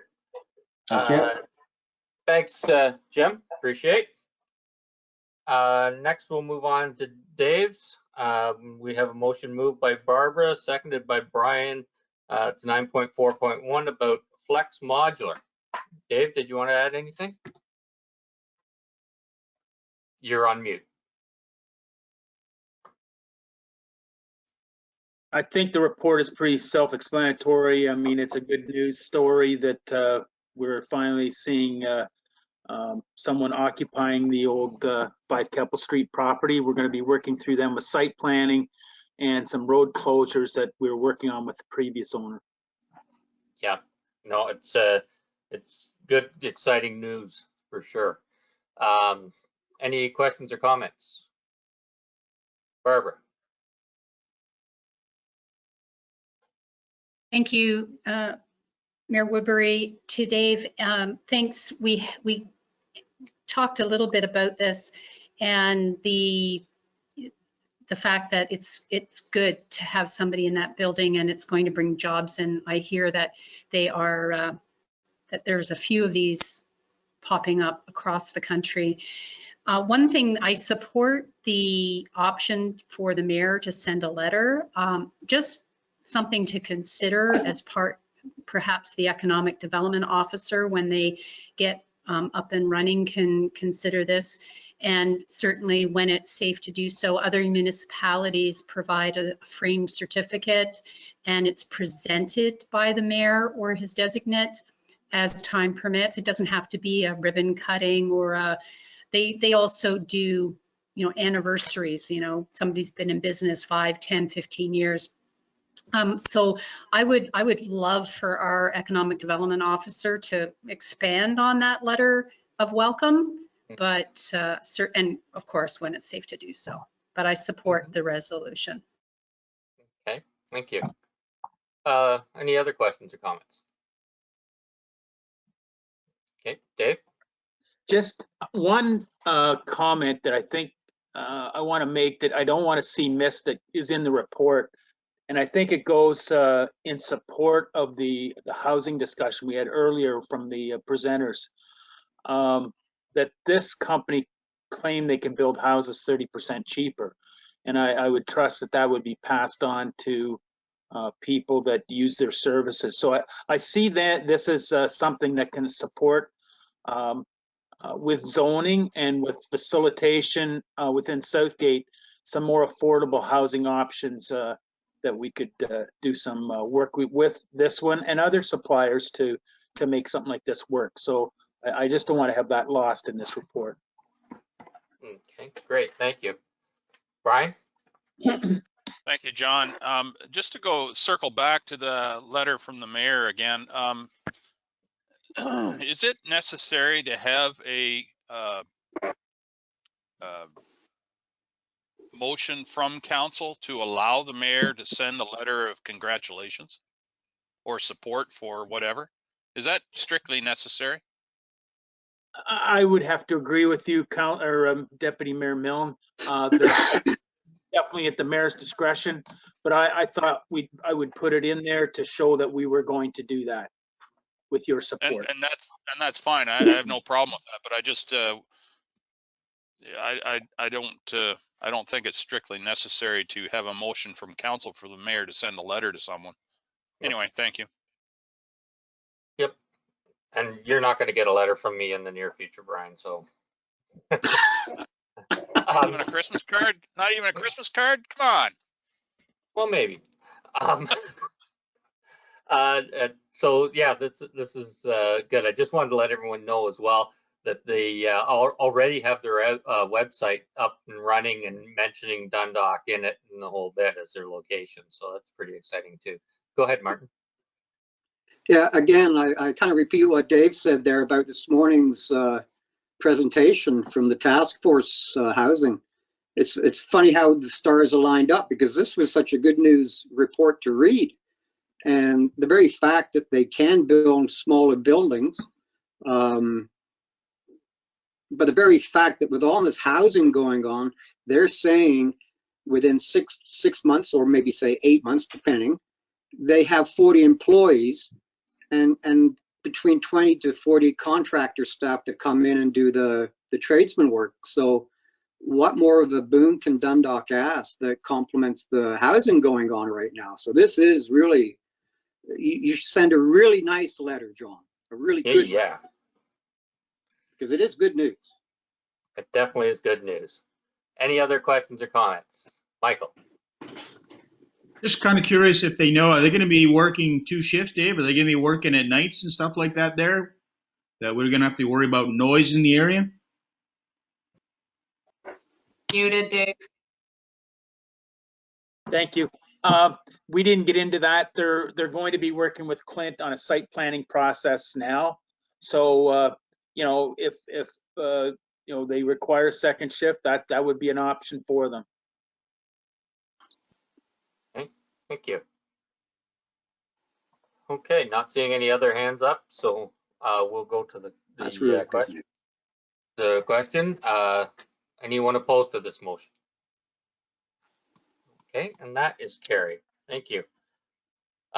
Next up, 9.4.2, that's moved by Barbara, seconded by Jason, and that's the Building Department Office and Public Works, Dundalk Public Works Building Location Report.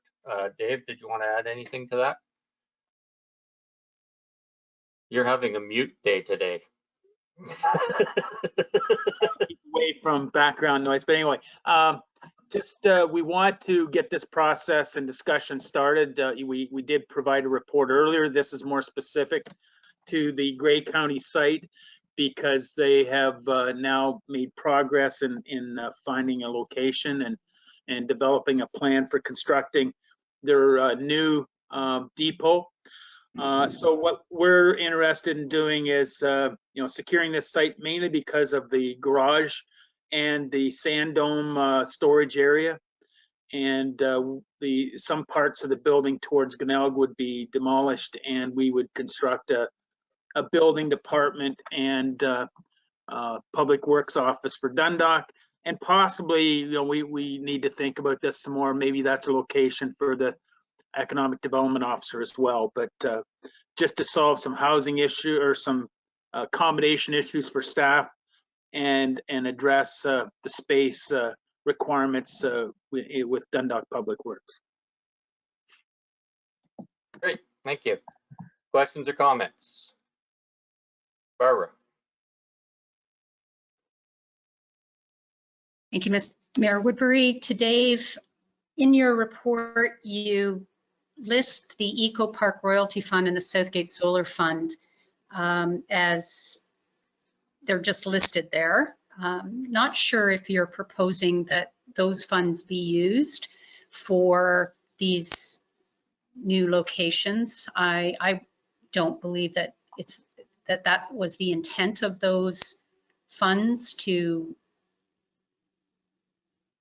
I'll leave it at that. We'd have to look at the requirements of those funds, but I mean, we're at a point where we need to look at all our options. So do you think that there's any grants that would support any of these projects with accessibility, with we're doing it because of COVID. We're getting some more funding influx for COVID. It's not a significant amount, but you know, maybe there's other opportunities for funding. Yeah, so we just kind of put all the, you know, funding options that could be available. Right now, we do have you know, some of that COVID funding that could be used because of creating more distancing for employees in space, especially with the building department.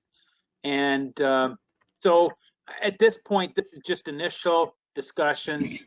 to try and get this thing started and be prepared that if the county, want to proceed, that we could possibly get something constructed for, this year and accommodate the building department, get them out of the library, and have a space for the winter of 2021, 2022 for the Grey County people to have some office area.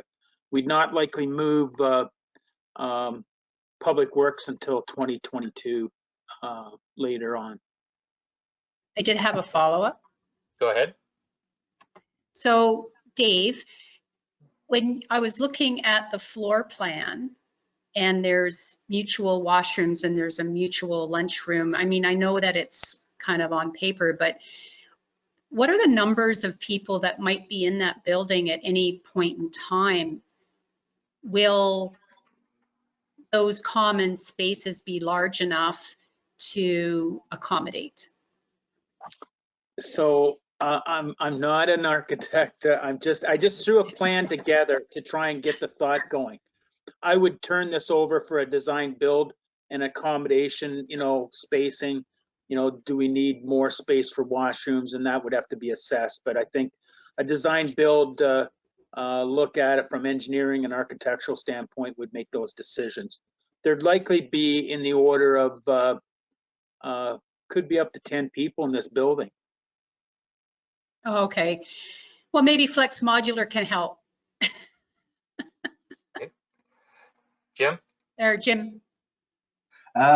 Just to add to that, most of the Dundalk guys are around town there, and they usually take their lunch at home, generally.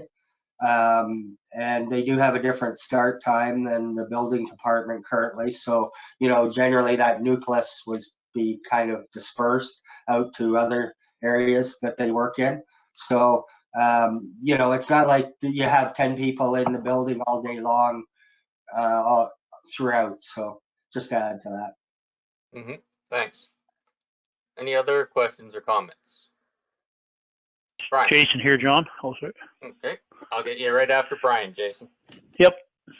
Thank you, John. So just to build on what Councillor DeBreen was saying there, Dave, just for clarity though, you're not suggesting or you're not advocating in this report to actually use the Eco Park or the Southgate Solar Fund for this project. Is that correct?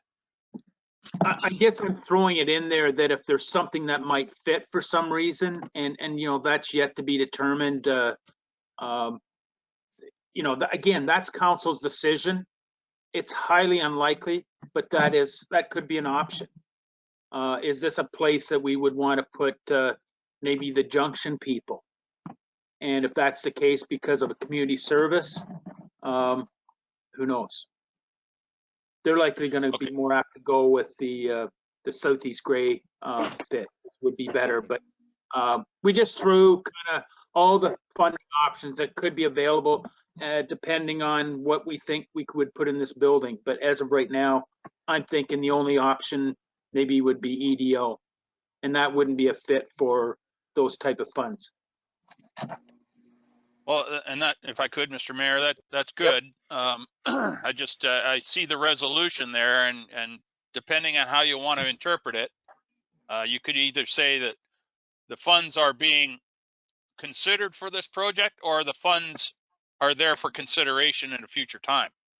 That's all. I just want to be sure that we're not committing these funds to this project until we have some more consideration. That's all. Because I'm of the same mind as Councillor DeBreen. I'm not sure this project fits the intent of those funding opportunities. That is all. Thank you. Okay. Yep. No, but if there is something that does fit, like you say, after consideration down the road. So, Martin? Jason was up before me, I think, Jason. wasn't he? Right, sorry. And then Martin. No worries. Yeah, go ahead, Jason. Oh, it's okay. No, I agree with Barbara and Brian on that issue as well. I think maybe the big elephant in the room is just to Dave, what do you think this property is going to cost, or what is your rough figure in your head? and maybe the county representatives would know better than I, but there's a lot of, I think we're assuming some environmental issues, which we're already dealing with. The Keppel Street water sewer connections have been, or sewer connection, I believe, has been opened up to get access down to Main Street. And there's been a lot of tires and culverts and certain things exposed that we're dealing with environmentally. So there's some environmental reports on the property that we may assume the property for very little dollars. But again, we haven't got into those discussions yet. Okay. Martin. Yeah, thanks, John. Yeah, with the talk about the Eco Park in Southgate, it does say if necessary. So there's a gray area. It's not really saying they're going to be used. And Dave, as you said, if there is something that could be like that fits into that, that's fine. But it doesn't say that will be used. It says if necessary. So that's a moot point. But I'm glad Jason brought that up, because I was looking at that. I believe, Dave, you worked in environmental before this, didn't you? So you have a good idea. Do you think anything would be like tires and culverts and owned wood? Do you foresee any problem with any gas or even things in the sand dome? Because if there is environmental cleanup and it's assessed, you know, Grey County would probably want to get that off the back for nothing. Just do it. You know what I mean? Again, we haven't got into those discussions. Again, I wanted to bring this early on to you, so that we're on top of these things. We do have an environmental engineer that we work with assessing the soils on the Keppel Street portion, and the Keppel Street portion is just to the west or towards Ida Street from Sand Dome. So it'll give us a pretty good idea what previous owners to the Grey County owning the present ownership of the property, what they did, because they did bury some things there, and we would just assume that that type of environmental area. And as long as it remained in municipal ownership, we'd be in care and control of it. Mm-hmm. Yeah. Any other questions or comments? Okay, Michael? You're on mute. I understand the need that we need to do something, but we also need to make sure that we're looking after all the property that we currently have in Southgate that's sitting empty. And I think before we go and purchase another piece of property, I mean, we've got land in the Eco Park that we still own that we could build our own new depot. Time you buy something with question mark what's around it, and then tear something down, then rebuild a new building, we could probably build our own energy efficient new building in the Eco Park somewhere that would be maybe, you know, out of the residential area, you know, for everything. So I think we need to make sure that we're crossing all the T's, dotting all the I's, and making sure that what we're doing, like not just jumping into something again before we know what we're going to do with the building. Yeah, maybe the ambulance is going to go in there. Well, who owns that? Are we still going to own it? Now we got the property sitting out in Egremont. That building's sitting empty. You know, now we maybe move the council chambers in there. Then we move the EDO out of here. Then the building department moves out of here. Now they're going to sit empty. Like, I think there's a lot of moving pieces here. I guess we don't want to miss an opportunity to get a sand dome, but at the end of the day, we don't need that size of sand dome in Dundalk. But, you know, I want to make sure before we start spending a bunch of money from different funds that it's what we all want. It's what we need here in Southgate. That's my question. Yep, thank you. Dave, did you want to comment on that at all, or? Yeah, I guess the what we're looking at from the standpoint of yeah, we could build all new, but that would be a budget in excess of $1 million. This is looking at taking something off, and that's not including the value of the land, what we own it. But this would be transferring from one municipal entity to another, a property that still has useful life as far as a garage and a sand dome. The county would have possibly want access to that sand dome and use part of it as well. And it would give us efficiencies that the plow truck drivers could come in from Proton Depot or Hopeville Yard and get sand in Dundalk rather than run back at the end of their route. They could come into Dundalk, get sand, and they'd be very close to going back to the route and go again. So there's a lot of efficiencies we're looking at, but the big thing is we need to get space for building department rather quickly because they can't live in the library. The library has its own uses. So we've got to get a decision rather quickly here. Okay, thank you. Any other questions or comments? Michael? Just a follow up, you say $1 million to build a new facility, but by the time we just did a small rental at the arena, we were almost $600,000. So to build a new one for an extra $400,000, you got a brand new one. I worked many years at that county building, and I know energy efficient wise and everything inside that place, it's pretty much a teardown from one end to the other. Like it's old, and you know, all our shops now in Southgate, we're keep updating them to get them more energy efficient. So once you come into, you know, new doors, new lighting, new plumbing, new heating, new roof, you know, we'll be up to the same point, you know. So that's why I'm saying that, you know, where's the money we need to make sure before we jump into this one. Okay. Any other questions or comments? Jason here, John. Go ahead, Jason. I kind of tend to agree with Mike, but then I don't want to build a new building either. And I think we got to remember the cost of construction in the last year has just gone crazy. We got to keep that in the back of our heads. What about we want to utilize downtown? What if we lease a downtown store and put the building department in there? We talk about getting everyone downtown. Maybe that would help. Just an idea. Mm-hmm. It is an idea.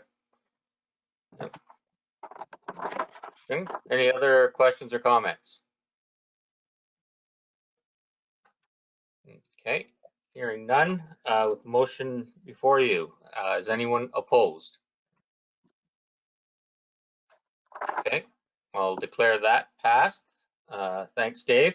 And just before we go into Clint's reports, we'll get a motion to go past noon because we still got most of the meeting. Barb will move it, seconded by Michael. Any discussion? Okay, anyone opposed? That is passed.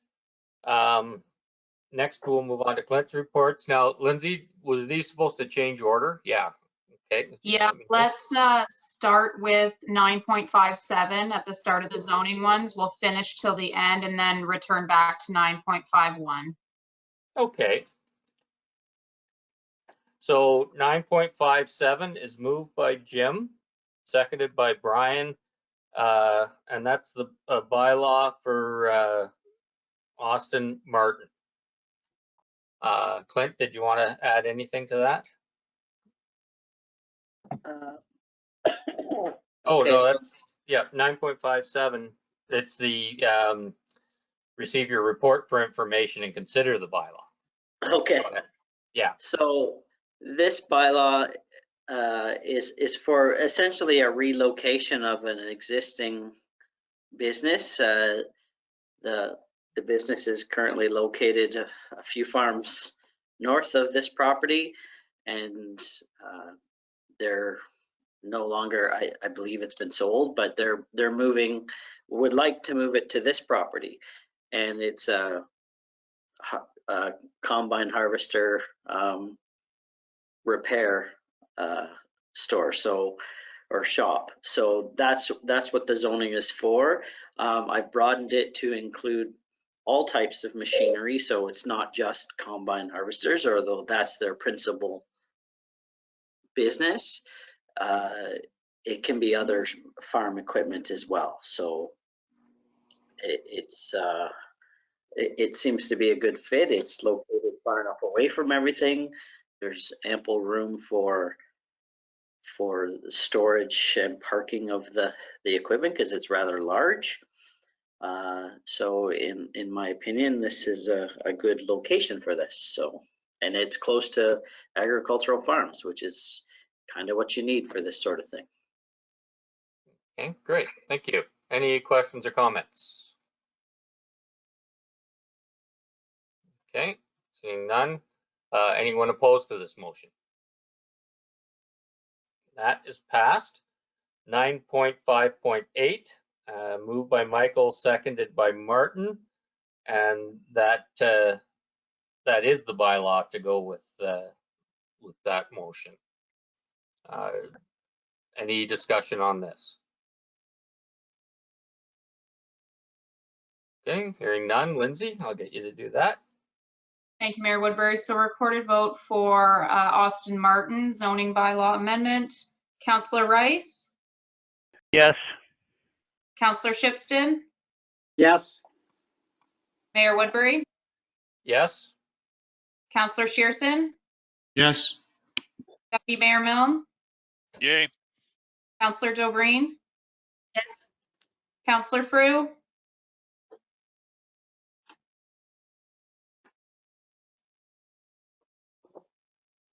Yes. by a vote of 7-0, that's carried. Okay, thank you. Next is 9.5.9, and that's Aaron Martin report. That's moved by Jim and seconded by Jason. Clint? Okay, Aaron Martin here. So this was an interesting one in that we had zoned them for the shop and the outside storage. However, the way that, and this was brought up, I believe, by Councillor Milne in the past, that it's very specific that here's what you applied for, here's what you get. Whereas now we're looking at changing it a little bit to allow a bit more flexibility, where we say the shop can be up to 750 meters squared, and then the outside storage is limited to 500. And the reason why we're doing that now is because originally the outside storage was 558 meters squared, and the shop then couldn't go any larger. So we took that 58 meters squared off of the outside storage and added it back onto the building to allow them to increase the size of their building, to allow for an addition to the office area, to allow either another desk or some social distancing, or maybe both. But that was the reason for this amendment. So as you'll see in the bylaw, we've changed the wording to have it up to 750 square meters, as opposed to the exact amount that they're asking for. We also removed the employee clause, I believe, in this one, if I'm not mistaken, which was a bit of a legacy thing. We used to limit them to 5 employees plus the owner, but we no longer do that, so we've removed that clause as well. Great, thank you. Any questions or comments? Okay, is anyone opposed to this motion? That is carried. And we move on to 9.5.10, moved by Brian and seconded by Jason, and that would be the bylaw to go with it. Okay. Any discussion on the bylaw? Hearing none. Lindsay, I'll get you to do that. Thank you, Mayor Woodbury. Recorded vote called for Aaron Martin's zoning bylaw amendment. Councillor Joe Green, Yes. Deputy Mayor Milne, Yay. Mayor Woodbury, Yes. Councillor Shearson, Yes. Councillor Frew, Yes. Councillor Shipston, Yes. Councillor Rice. Yes. By a vote of 7-0, that's carried. Okay, thank you. Next, 9.5.11, Tubeway, and it's the report moved by Barbara, seconded by Jim. Clint? Okay, this is a new shop. If I'm just trying to pull it up here. There we go. You'll see in the bylaw that this is an example of what I was just talking about, where they've actually applied their building size is going to be, I'll say, 743. Well, instead of saying that right on the dot, we've actually crafted the zoning bylaw to give them the maximum of the 750. So if they need to add a little bit, that's what they can add before they're no longer in compliance with the official plan. So we've altered that a little bit for them. And other than that, there's no real issues that I can see with respect to this bylaw. Okay, thank you. Any questions or comments from council? Right, anyone opposed to this motion? And that is carried. Next, 9.5.12, moved by Brian, seconded by Barbara, and that's the bylaw to go with it. Any comments? Hearing none. Lindsay? Thank you, Mayor Woodbury. Recorded vote for the Tubeway Incorporated zoning bylaw amendment. Councillor Shipston? Yes. Councillor Rice? Yes. Councillor Dobreen? Yes. Deputy Mayor Milne? Yay. Councillor Shearson? Yes. Mayor Woodbury? Yes. Councillor Frew? Yes. By a vote of 7-0, that's carried. Okay, thank you. 9.5.1, the site plan for Austin Martin, moved by Jim, seconded by Michael. Clint, anything you want to add to this? No, it's a fairly run-of-the-mill site plan that addresses the typical concerns we normally would see with respect to regulating if any work is to be done and there's a complaint, that doors are closed. If there's a complaint received, screening of outside storage areas, those sorts of things. Getting pretty good at this stuff, eh? We've done one or two. Okay, good. Any questions or comments from council? Seeing none, is anyone opposed to this motion? That is passed.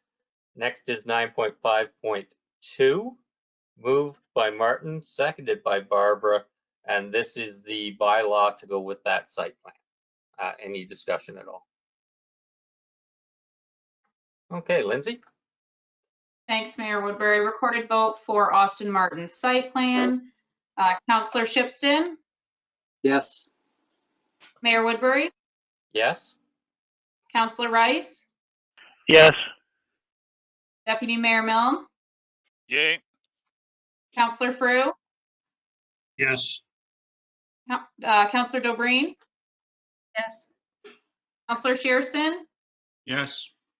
By a vote of 7-0, that's carried. Thank you. Next is 9.5.3, moved by Barbara, seconded by Jim, and it's Aaron Martin site plan. Clint, anything to add to this? Not really. I would just say with all three of these site plans, this is sort of a little bit of efficiency we've tried to include with this, in the respect that if they've submitted a site plan at the same time they've done the zoning, we're trying to bring them together so that we're not adding another month while they're waiting for their zoning to get approved, to then have to wait another month for their site plan to be registered, etc. So we're trying to be a little more efficient in that respect so that they could actually build this year, as opposed to having to wait a whole other year. So we're encouraging them now to submit the site plan application at the same time, and then they can be processed together as opposed to one after another. Yeah, I think that's a good idea for them and for us. And we're dealing with them at once. Brian. Thank you, Mr. Mayor, and thank you, Clint, for initiating that streamlining, shall we call it? Because I do from time to time hear comments about bureaucracy. That said, because we've introduced efficiencies to the system, is there any thoughts to reducing the cost of said applications to our ratepayers? Is there a financial incentive that could be, or a financial reduction in cost incentive that could be used to encourage people to submit everything all at once, as opposed to piecemeal? I know that's almost heresy to anybody in bureaucracy, but I think the thought should be considered anyway. If they're dealt with at the same council meeting, there is potential maybe for that. We'll have to look. We haven't increased the fees in a while too, so it might work out. But yes, there's always that, isn't there? There's the aspect where we build in all of your time to hear and address the issues for a site plan and for a zoning and for a consent and so on. So if they are held at the same meeting, maybe we can deduct some of that off of one of the applications so that it's only being done once. So if you do all of them at once, maybe you get a break on your fees. Just a thought. Okay, thank you. Yeah, I know you're open to helping. Yep. Yep, I think that's worth staff looking into. Dave, did you want to comment? The only thing I would suggest is that development should pay for development and taxpayers should not be burdened with development costs. We need to be cautious with that. Yep. So if I could, Mr. Mayor, is the CAO suggesting that we're losing money on these applications or are we making money?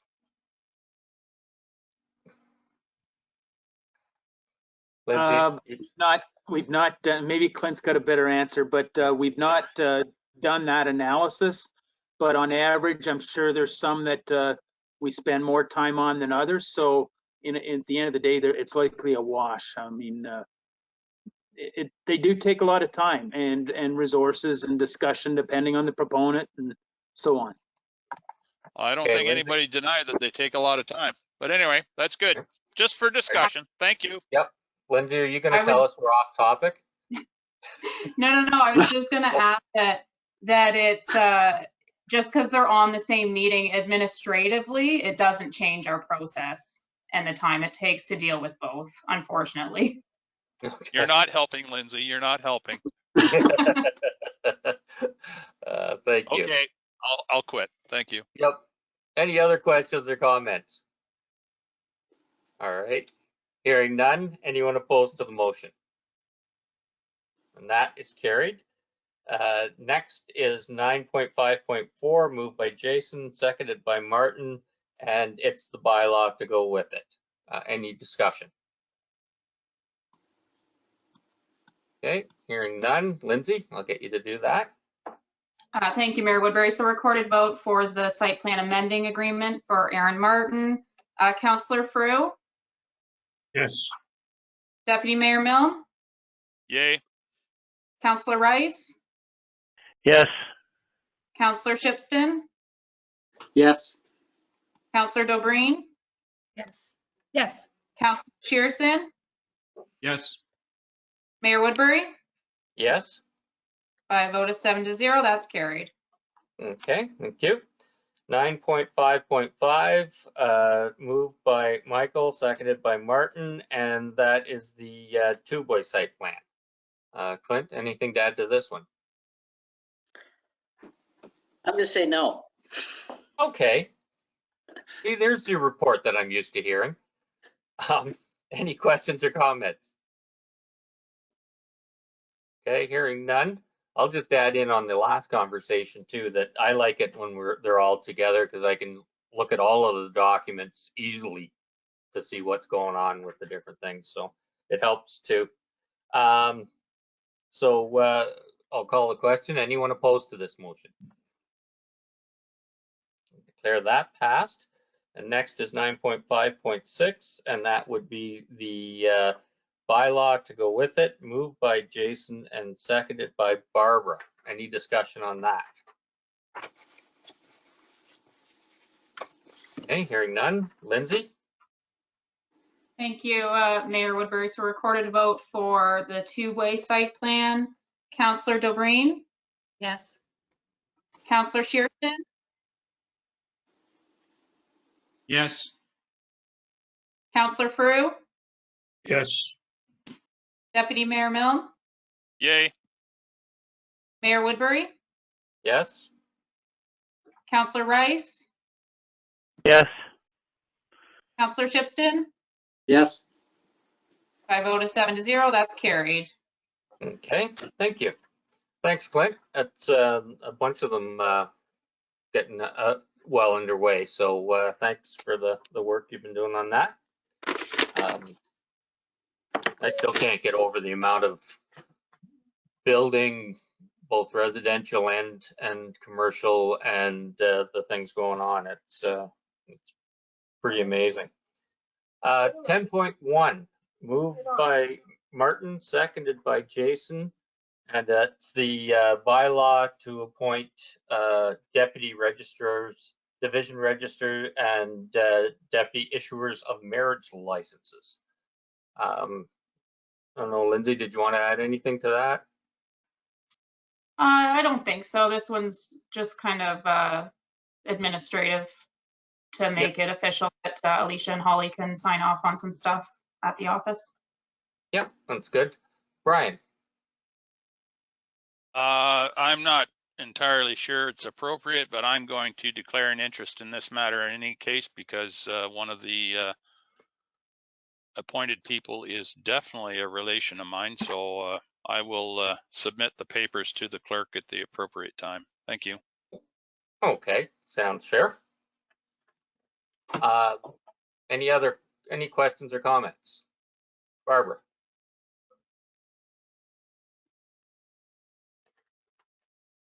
Sorry, sometimes the mute button just evades me. So Deputy Division Registrar. I don't recall having seen this before in our passing in the last 6 years. Is it just marriage license? Is this the Commissioner of Oaths? What does it do? So the Deputy Division Registrar, you would have seen it. You maybe just don't remember, because I remember when I was appointed as a Deputy Division Registrar. So it's more for if there is a death registration that needs to occur, you can sign off on that. Lottery licensing. I'm trying to think of something else. Those are the main things that our office would see. And then, of course, the marriage licenses. And then the Commissioner of Oaths is a different process. You have to apply directly to the province to be a Commissioner of Oaths. So that's different. You don't need a law. Yeah. Thank you. Okay, thanks. Any other questions or comments? Okay, these are bylaws, so I'll get you to do the vote on that, Lindsay, please. Thank you, Mayor Woodbury. So recorded vote called for the appointment of the Deputy Division Registrars and Deputy Issuer of Marriage Licenses. Mayor Woodbury? Yes. Deputy Mayor Milne has declared a conflict of interest. Councillor Dobreen? Yes. Councillor Rice? Yes. Councillor Shearson? Yes. Councillor Frew? Yes. Councillor Shipston? Yes. By a vote of 6-0, that's carried. Okay, thank you. And Brian can come back now. Oh, there he is. Now we're going to move on to 10.2, which is moved by Barbara, seconded by Jim. And that's the road widening for Ina Martin property. any comments on this or questions? Okay, hearing none. Lindsay, we'll do this one. Thank you, Mayor Woodbury. So recorded vote for the road widening for consent file B7-20, Ina Martin. Councillor Shipston, Yes. Mayor Woodbury, Yes. Councillor Rice, Yes. Deputy Mayor Milne, Yay. Councillor Frew, Yes. Councillor Dobreen, Yes. Councillor Shearson. Yes. By a vote of 7-0, that's carried. Okay, thank you. The next two bylaws we're moving to after the closed session because we'll be dealing with some items in there that could affect them. So we'll move on to that. Notice of motion. Brian, you're a notice of motion, I think? You're pretending you're Dave and you're on mute. There we go. Well, it had to happen at least once, or maybe a dozen times to me. Holy mackerel, the squirrel just fell off the cage. I was thinking about something else all of a sudden. What was my notice of motion? Sorry. The health unit. Health unit and Dr. Right. Thank you very much. Holy mackerel. I just feel it's very important that we acknowledge that Dr. Era has done a tremendous job managing the pandemic. I know there's been some criticism as of late, as there always is some from time to time. But I think as an elected council, we need to show our support and demonstrate it in a manner that is public. And I think this is a good way of doing that. So hence my my motion. Thank you. Okay, do I have a seconder for this motion? No. I left We are that off the listing, just so it can be done at the time, yeah. Yeah, but this is the motion we're going to deal with today, is it? Right? Yep. Okay, good. So can I have a seconder for this motion? Jim will second it. Okay, is there any further discussion on it? Martin. Yeah, Brian, I realize you're doing this to get it in public record and what have you. I just had a couple of questions. I was following this as soon as I saw the article in the Dundalk Herald. So I went online and Googled that yearly list of people and unfortunately read that correspondence. However, do we really need a motion? Is like what you said about the letter to John about sending a letter. Do we really need a motion to do this? Like, we should do it because we all fully support the public health. So, and a question, I didn't realize that you were on the board either. So is this something that the whole board is presenting to councils, or if they're in municipal government, is this a collective PR kind of, yes, they're doing a great job? I was just wondering about that. Is that, so I don't disagree with it, but is it a something to push back against this correspondence, because it was unmerited, in my opinion. Yeah, Brian, did you want to comment? No, this is entirely my initiative. It's not as a member of the Board of Health, although I am on that board.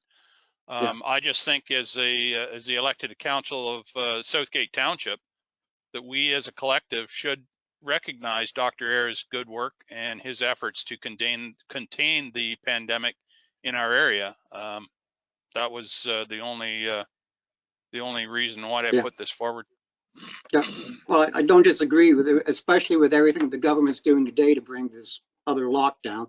So it must be hard. So one thing I had in my mind, because you're on the board, there's no conflict of interest or anything like that. It's just a straight. Okay. I'm okay with it. Just a motion of support, that's all. And that we have confidence in the job. Yep. Any other questions or comments? Barbara, maybe that you were kind of doing that. So yeah, go ahead, Barbara. Thank you. Through you to Deputy Mayor Milne. I have a problem with the resolution because it references the letter that was issued by 4 rogue councillors that we're not providing, nor should we. It's not within our jurisdiction, but it references that letter, which doesn't provide full context to the reader.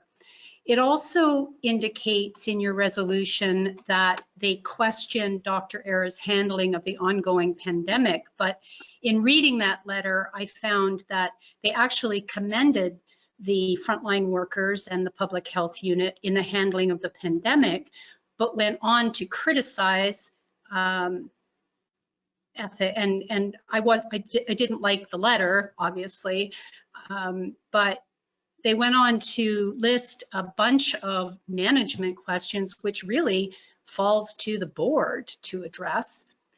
I also went to the Owen Sound Council meeting on March 29th, in which the board chair and Mayor Sue Patterson and Dr. Era himself spoke very eloquently and had very good support at that council. I'm just not certain that the motion is appropriate. I have every faith in our health unit. They've done a tremendous job with limited resources, and I trust that they're going to address the concerns of residents who are not within a transportation distance of the hubs in due course. So I still have every faith in the health unit. I just not feeling like the resolution is written that I can support it. Okay. Any other comments? So with that, Barbara, if you're going to vote against it, we'll do the recorded vote with Lindsay then. That's just a comment. Okay, Martin. I'm in full support of the idea. Is it possible just to reword it and take the word letter out and just say that we're supportive of the health unit? Or if we mention the letter in this, we're giving it more power than it needs. Is there a way we can reword it and just take that letter out and just say, hey, we're fully supportive of the Grey Bruce Health Unit? Would that make it more palatable to Barb by getting rid of that mention of the letter itself? I don't know. I don't know, and I don't know if that's something that the mover and seconder would consider. Yeah. Well, I just put it out there. Yep, there's the mover. So, Brian? I'm going to say that my motion will stand as far as I'm concerned. It was written the way, the reason it is written the way it is for a reason. Okay. And I'm going to leave it the way it is if the seconder will continue to support it. Okay. Or at least second it, rather. I mean, not necessarily support it, but second it. Yep, he's already seconded it that way. So, yep. Okay. Any comments, questions with the rest of this? Jason here, John. Go ahead, Jason. Kind of, maybe I've read some of it. Is it more talking about his salary or the way he's handled the thing, like the whole COVID thing? I'm kind of confused on what different things I've read about it. I just wondered what Brian's opinion was on the. Okay, Brian. I think the letter, if you read the letter, it's pretty clear that the writers are being very critical of Dr. Era and his handling of the pandemic and of the health unit itself. To Barb's point, the questions about management are in fact operational management issues. They're not board issues.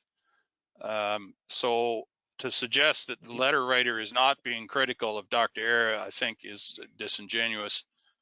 And I think we're very fortunate in this area to have Dr. Era here working for us and doing what he has for the community. The numbers of the pandemic bear that out very clearly.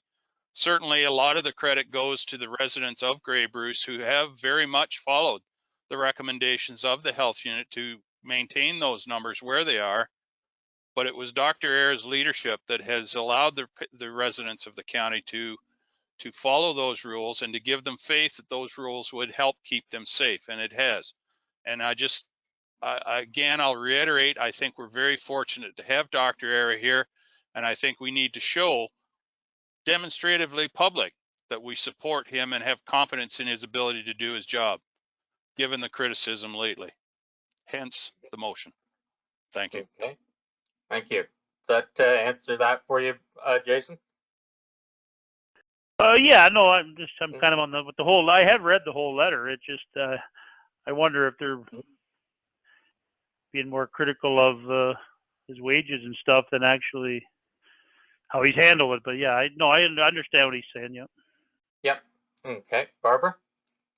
Just in follow-up, don't get me wrong, I fully support and continue to have faith in Dr. Ayer and the public health unit. They have done a tremendous job.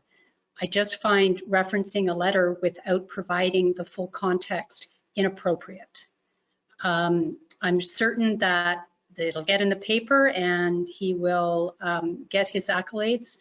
To Councillor Rice's question, I found the way I read the letter appalling, but I very questioned the ethics and questioned, and I think the salary or the remuneration was the catalyst, but I did not read it as being a criticism of how he has handled the pandemic. I don't think there's any argument that he has done a tremendous job. Our numbers prove it. So that's just wanted to elaborate a little bit. Okay. Thank you. Okay, so if there's no more comments, I'll turn the vote over to you, Lindsay. Thank you, Mayor Woodbury. So recorded vote called for Deputy Mayor Mills' notice of motion regarding Dr. Ian Ara. Councillor Dobreen? Unfortunately, no. Deputy Mayor Milne? Yes. Mayor Woodbury? Yes. Councillor Shearson? Yes. Councillor Frew? Yes. Councillor Shipston? Yes. Councillor Rice? No. By a vote of 5-2, that's carried. Okay, thank you. Next, we move on to the 12.1, the regular business consent items. That is moved by Michael and seconded by Barbara. Was there any, I didn't get anything, well, there's only the one report in it, so we didn't get anything pulled. Any discussion on the regular consent items of 12.1? Okay, hearing none. Anyone opposed? Oh, Michael, go ahead. I was just kind of wondering the 12.11 where the wage went from a band 10 we posted and now they're going to pay a band 11. I'm just kind of wondering on that one why it just automatically jumped the band without any notification to councilors. Yes, so that was my error in my report, and it actually did, the job did get posted at the correct pay band. And just to clarify, pay band 11 is less money than pay band 10. Okay. Barbara? Thank you. Through you, Mayor Woodbury. To Jim, congratulations to Melody and Brian. Recognition deserved. Will their positions be backfilled? Will we be filling their positions or rejigging it?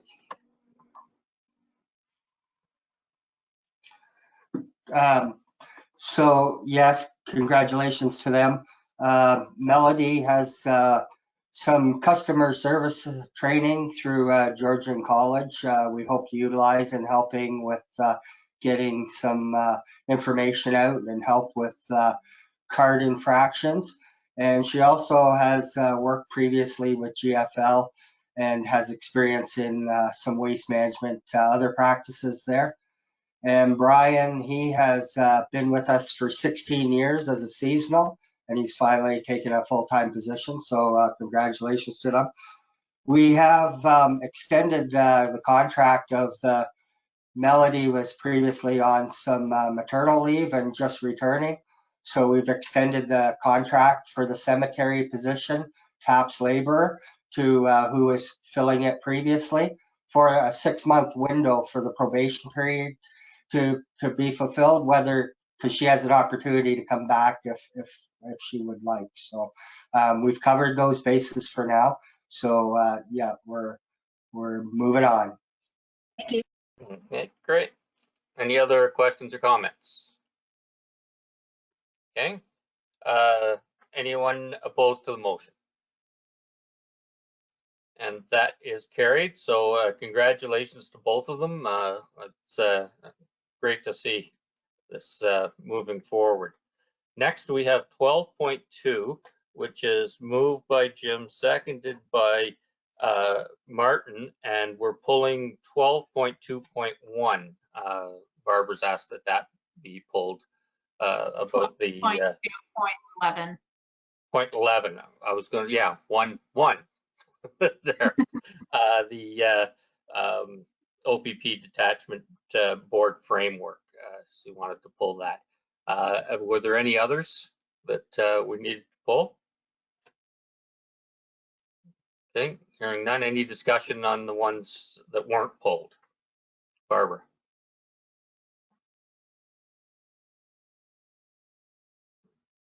So 12.2.5, the SIP funding letter from Grey County, through you, Mayor Woodbury, to Dave, can you just explain the $20,000?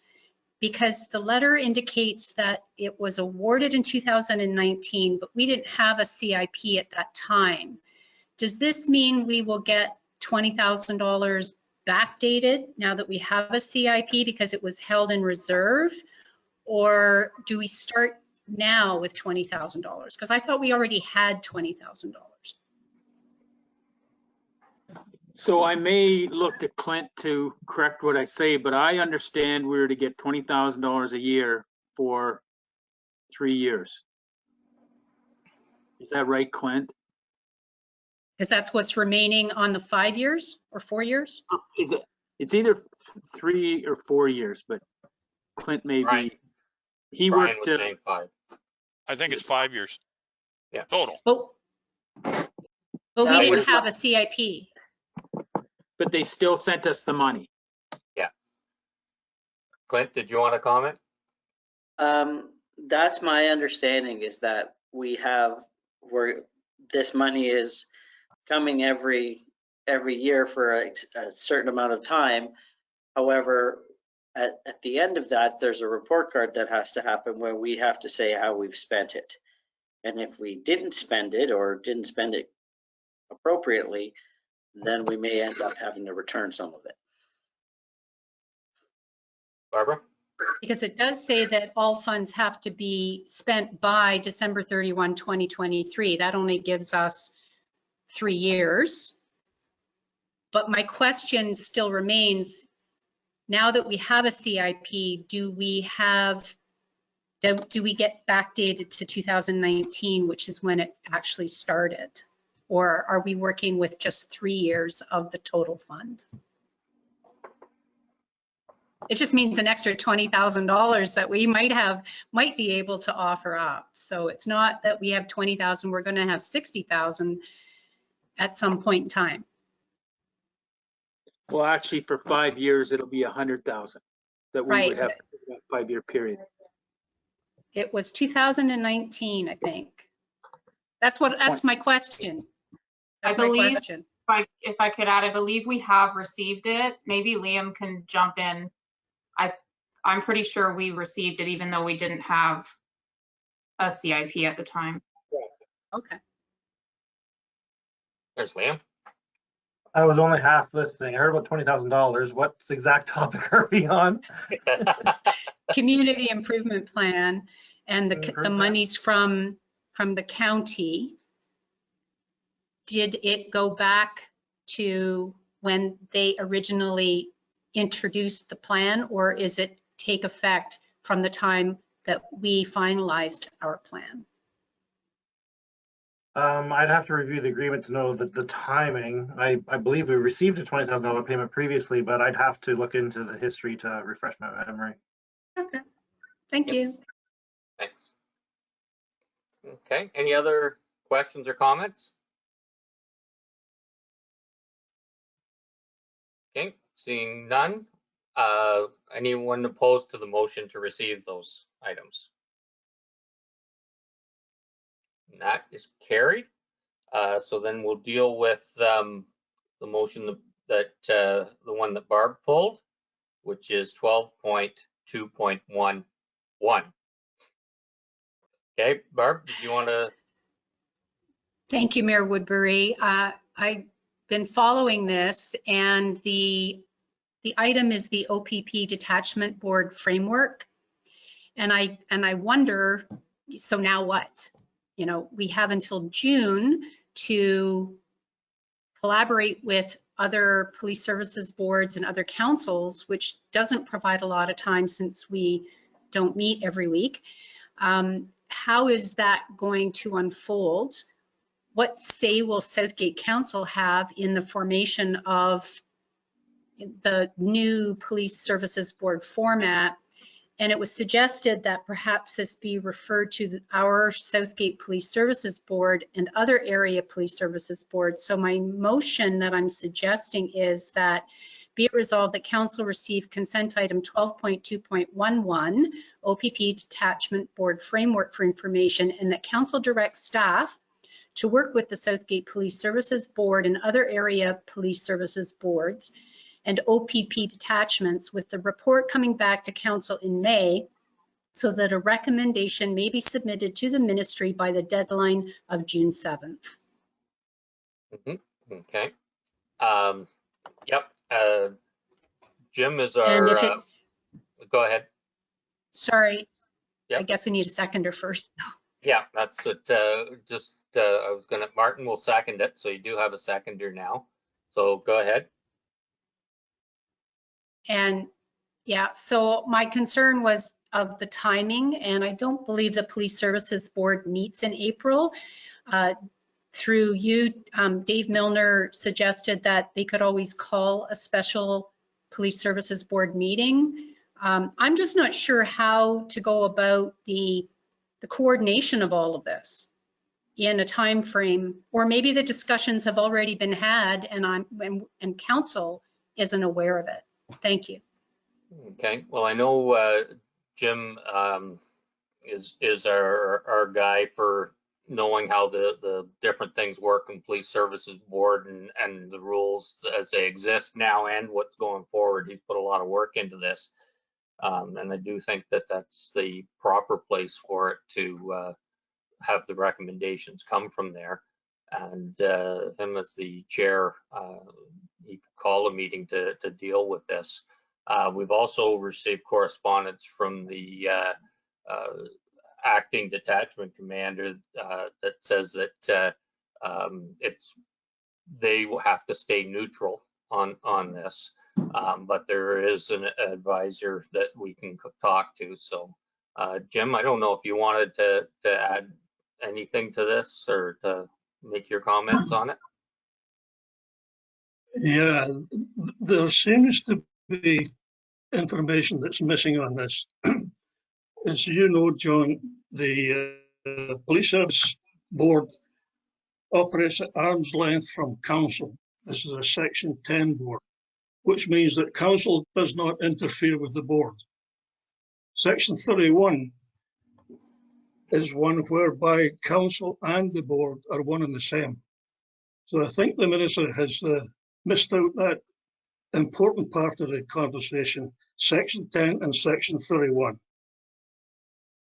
And I'm probably going to hold of our professional advisor and find out exactly what's happened there. There's an omission in that report, that's for sure. Okay, thank you. Lindsay? I'm also meeting with the other police service board secretaries in a week or so to discuss, and we're each going to be bringing reports to our police service boards at their next meeting. So I think it is a short timeline, but I think our police service board can have a recommendation for sure before the deadline. Okay, thank you. Martin? Yeah, I'm glad Councillor DeBreen brought this up because there was a couple of questions I had, not knowing a lot about policing. But on the page 260, it says OPP currently polices 326 municipalities, which blew me away.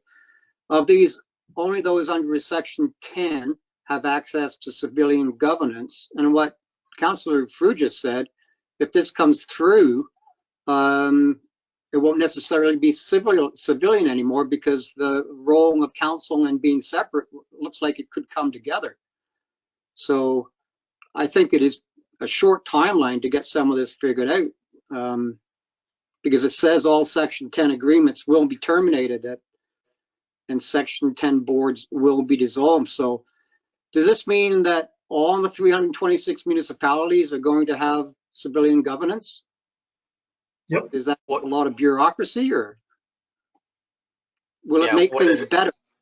Will it make things better?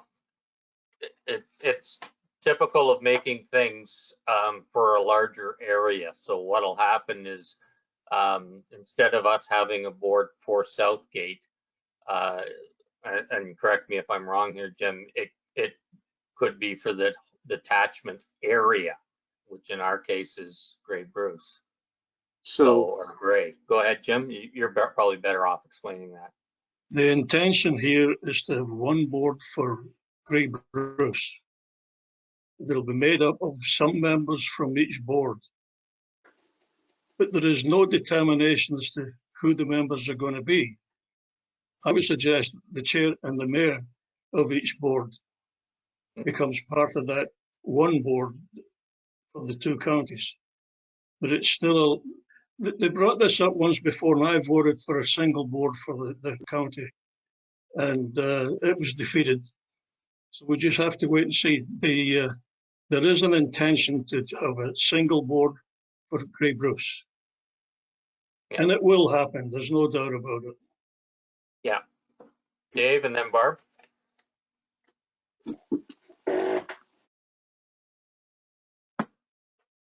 Oh, you're on mute. Sorry, it does, I want to bring your attention, it does say this is addressed to the head of council, so I think it is an important council discussion. My concern is that this is, like maybe the boards question themselves on how effective they are. And I'm not sure how a new board will be any more effective, whether it's one or one for every municipality, but it does state on the second page, which is concerning, and I think council should be concerned about this, is the makeup of the board is not going to change. Even if it's one board for all municipalities, I read it as if the mandate of the province is that it'll be 20% community representative, 20% provincial appointee, and there'll be only 5 members. So a minimum of 5 members. Well, no maximum. Okay. I just see that as, are we sure? I think we need to make sure we're going to have representation. And I think the bigger concern I have is how is this board going to work with local municipalities, and how is the police going to work with local municipalities to address these? Because we've spent a lot of time on the community safety and well-being plans. And the whole idea was to have a close relationship with police, with social services, and all these other agencies to support local municipalities to address these community safety and well-being issues. Mm-hmm. Yep. Barb. Just in follow-up through you, and to further, Dave started into that paragraph, it said, you are only asked to identify the number of seats each municipality and First Nation will be allocated on the detachment board, as well as the number of community representatives and provincial appointees. And then there's a digital form that can be accessed And if we do not submit, or if no consensus is reached, they'll decide for us. Mm-hmm. So my motion is that we need to take some action. We just can't receive it for information and let it die.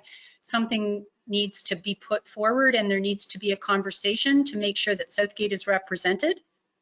Quite frankly, I think there is room for improvement.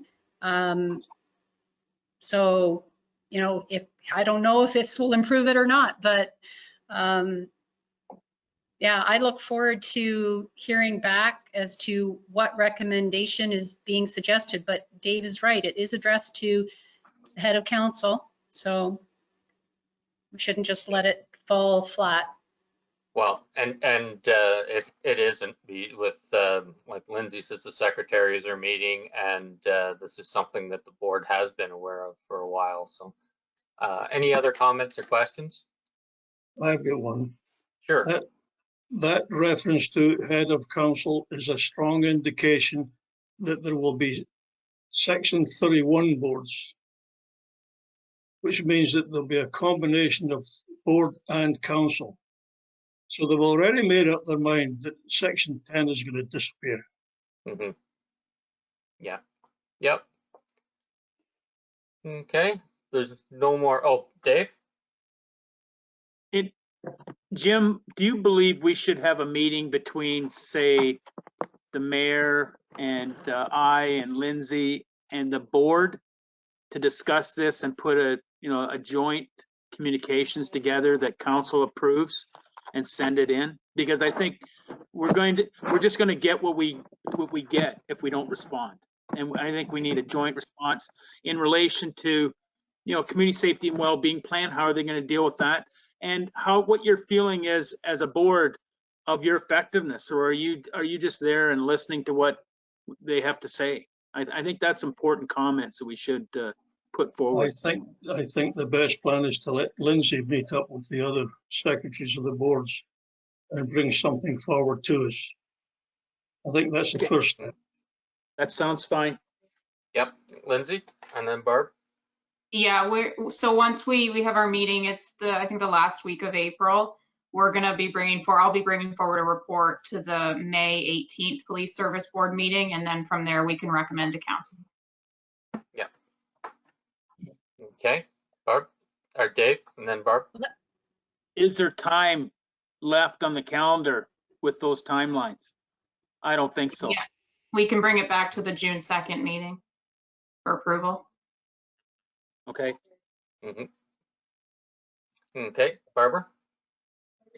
And the reason that I did bring this forward is that it says municipalities and First Nations within a detachment are asked to work together to determine the composition of their boards. So I'm glad to hear that the secretaries of each of the police services boards are meeting. I'm wondering if they want to move up their meeting from the end of April to give them a little bit more time, but that's up to them to decide. Yeah, for example, after determining the composition of the detachment board, municipalities and First Nations with a detachment area may select one municipality or First Nation to complete and submit the proposal. So you have to do it collectively, but you have to pick one to submit the proposal. And it sounds, they don't refer to police services boards. They refer to municipalities. So it's very confusing. So I'm gonna let my motion stand, and Lindsay can take it and run with it. Thanks. Yeah, and like I say, Jim's put a fair bit of work into understanding all this stuff as things go. So we'll take care of that. Any other questions or comments? If we find that we're going to run short of time, we can always call a special meeting of the board. Absolutely, yeah. Okay, not seeing any further questions or comments. Anyone opposed to the motion? Okay, and that is passed. It's 12:15. What's the feel of council? Do you want to keep pushing through, or do you want to break for lunch, or do you want to Mayor, Yep. we still have the Go. resolutions of other municipalities to finish off that section. Yep. And then we've got county enclosed. Right. Pretty well all left to go. So, Brian.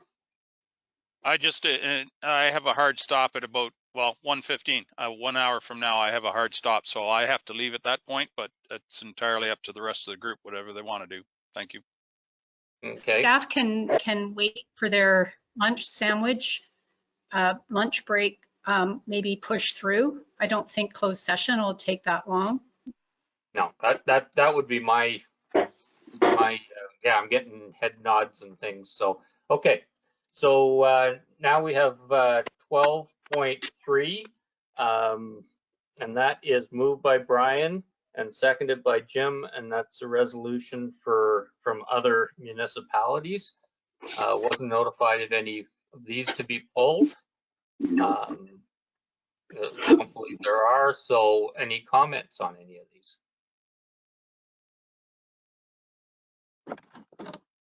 Okay. Oh, Barb. Yep.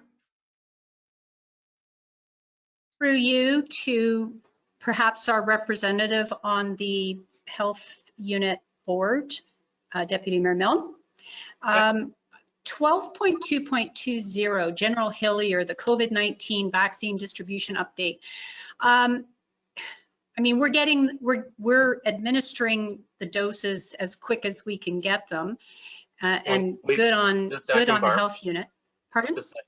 We've already finished that and voted on that. We're on 12. Sorry. My apologies. Never mind. Yep. Okay. 12.3. Oh, you can talk to Brian later. That's okay. 12.3, resolutions from other municipalities. Any comments on any of those? Okay. Anyone opposed to receiving that for information?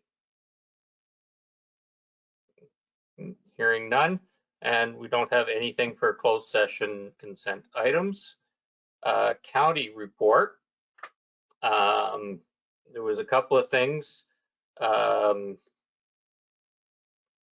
The deputy mayor from Grey Highlands, Akash Desai, put a motion forward recognizing the contribution that women have made in the county of Grey, and the number of ones that with distinction. And he did this because it was the 100th anniversary of Agnes MacPhail being elected to council. So that was good. We had a report from the Integrity Commissioner. Actually, it was just updated some information, and that they haven't had any complaints, that they received a few phone calls for advice, but that was it. Let me get down here a little bit. One of the big things for us was the vacancy, the reduction in taxes, and the county's on side now with having municipalities decide if they can, what they can do for that. So, and there's a couple of options. Let's see, White Rose subdivision, that was passed for the new one. And there's a study going to be on municipal boundaries as far as some of the urban areas and that, and where they are on the edge of the county as well. They'll be dealing with the other counties.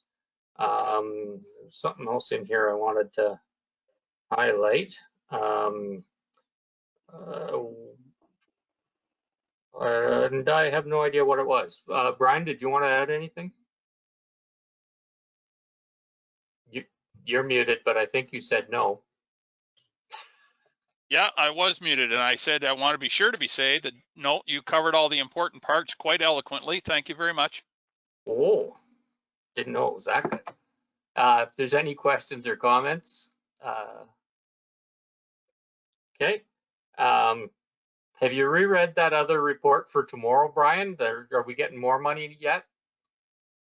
No, it's still at 1 point. It's still at 1.77 million. Oh, okay, good. Barbara? I do have a question about the bylaw passed or the resolution passed at the county on the vacancy tax rebate. I believe it mentions that it'll be up to the individual lower tier municipalities to pass a bylaw. Yep. Since we initiated, I'm sure we're going to get on that right away, but through you to Dave or to Lindsay, have we gotten any instruction on that? Are we working on that for our next council meeting?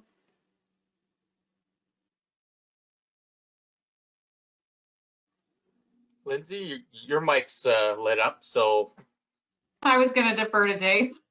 Dave, it's always good to answer first, because then you can pass it on to someone else. I just feel that since we initiated it, we should, get out of the gate and get on it.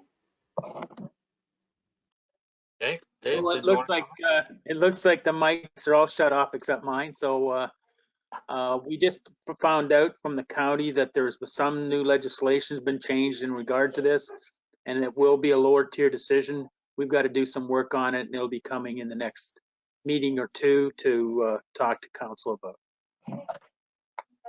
And this will still have to be passed at the regular council meeting for the county tomorrow in the minutes for it to stand. So far, it was just committee of the whole. So we've got that going on too. Any other questions or comments? Okay.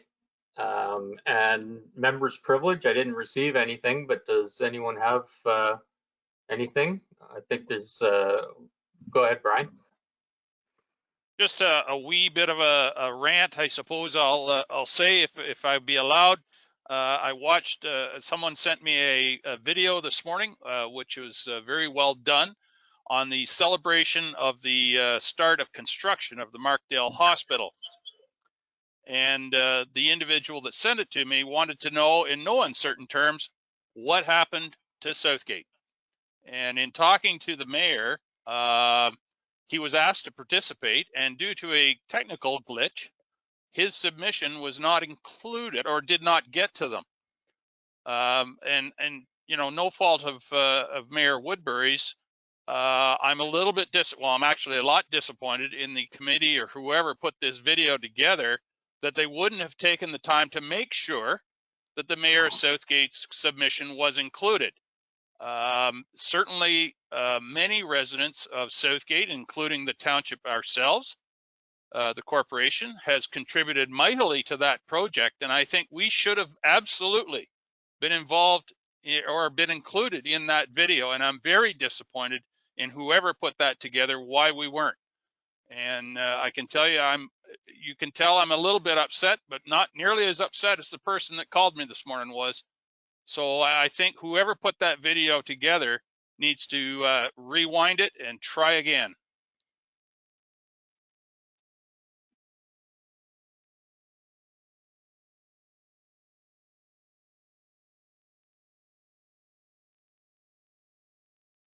I think the mayor has frozen. Did we lose the mayor? So maybe while the mayor is coming back, I'll comment that I received a call as well. And I've got my next call after this meeting will be to my contact at the foundation and voice our concerns and see if they can't do something about that. Thank you very much. And since Deputy Mayor Milne is in the chair until Mayor Woodbury comes back, so through you, Deputy Mayor Milne. Go ahead. Yep. That was my question as to how, are you going to bring it up at the county? Is this, but Dave has offered to. Yeah, it wasn't the county. It wasn't the county. It was the, I presume it maybe was the foundation of the new hospital. I'm not sure. And I certainly don't want to take away any of the good work that they have done in the past. But this was a very serious oversight, and in my opinion, and I would suspect in the opinion of a lot of other people, we definitely should have been included in that video. Mm-hmm. There was mentions from the mayors of Grey Highlands, West Grey, Chatsworth. There was service clubs in that area. Nothing from Southgate, which is really disappointing. There's the mayor back. You are now the chair again, Mr. Sir. Okay. So Yeah, and, So and I can, go ahead. I can comment on what Brian said, but go ahead, Barb. So I'm just wondering, Dave is going to get on a phone call to the foundation, but perhaps, John, you know who contacted you. I don't want to mention any names or anything, but and who you were supposed to send it off to. I agree with Brian. Wow. Yep. Well, I take full responsibility. I think I messed up the video. So I will try again, and I do have contact name. I'll have to look it up here, and some instructions on doing it. So I will do that right after the meeting, so I can take care of that. And I am absolutely, to be clear, not critical of the mayor, our mayor. That's I mean, okay. He thought he had sent the video, and whoever was doing this at the other end, they should have made sure that they got it. And if they didn't, they should have contacted John to find out what went wrong. Anyway, exactly. Enough said. Okay, Dave? Well, I think further to that, I mean, the worst part, okay, they didn't get the video, so be it, but they should have at least acknowledged Southgate in some fashion, words, community groups like were announced in other communities donated as well as private citizens. So, I think, anyway, you, I guess, take how I'm going to be presented to them. Yep. Okay. Any other questions or comments? And thank you for bringing that up, Brian. Okay, was there any other good news? And so, oh, Michael? You're on mute.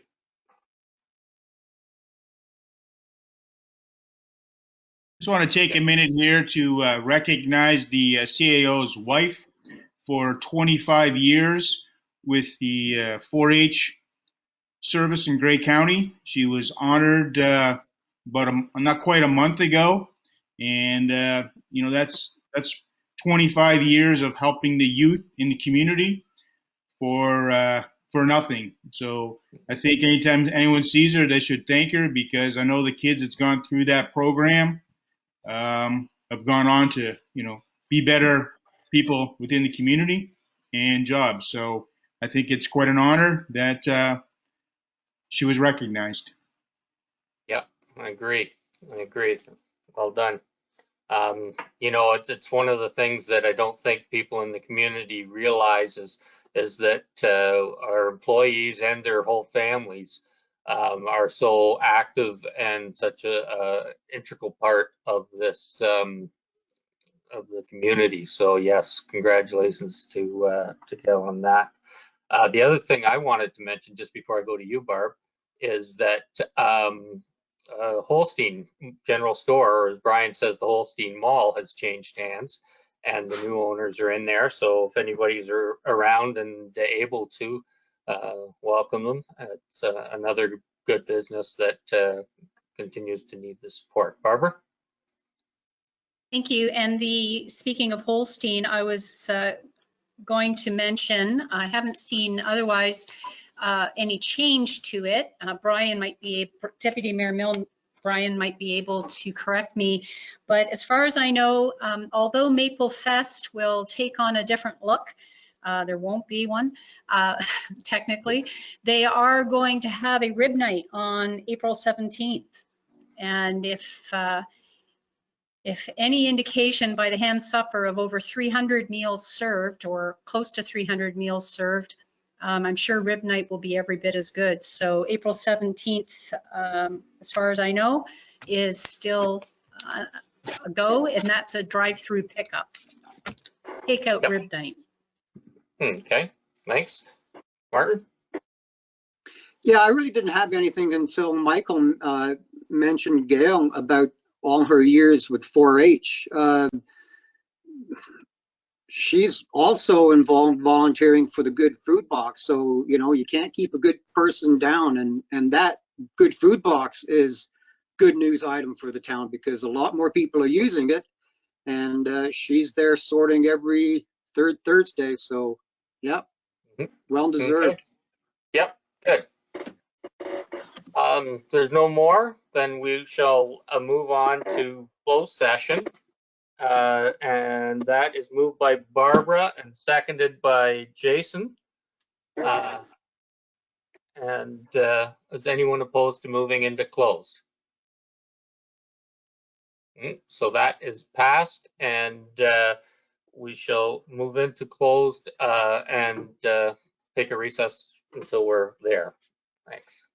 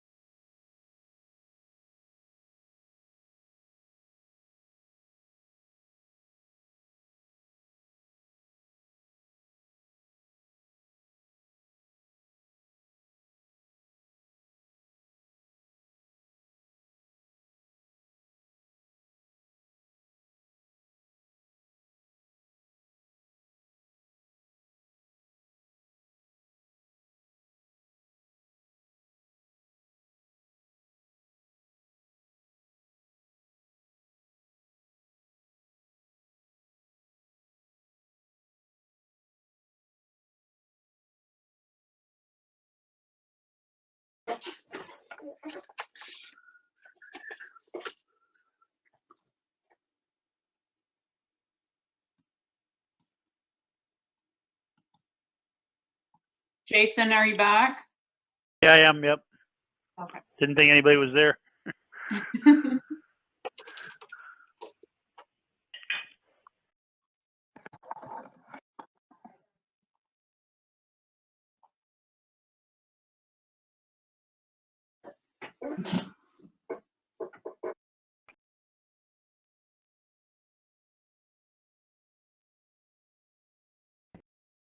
Councillor Lindsay, can you hear Shearson, me? is that you?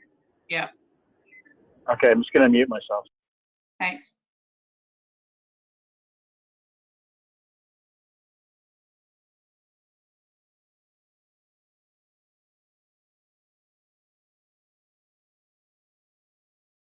We're good, John. Okay. We're good? Okay, so we'll call the meeting back to order, and the only things discussed and closed were the items that were, one item that was listed. Can you read the motion, Lindsay, that we have? Yep. Thank you. Through you, Mayor Woodbury, the motion is be it resolved that council receive staff report Finance 2021-010C tax arrear certificate registration as information, and that council direct staff to proceed as discussed in closed session. Okay, thank you. And we have that motion. I think it's moved by Brian, seconded by Michael, according to the sheet here. With the motion coming out of closed, if that's okay with you two. Yep, good. So with that being the motion coming out of closed, yes. No discussion. Okay by me. Yep, okay, good. Thanks, Michael. No discussion on that unless it was wording stuff. Anyone opposed to that motion? I'll declare that passed unanimously by council. So now we'll move back to 10.4 and 10.3. It's moved by Jason, seconded by Martin. And that was the bylaw for the tax arrears extension.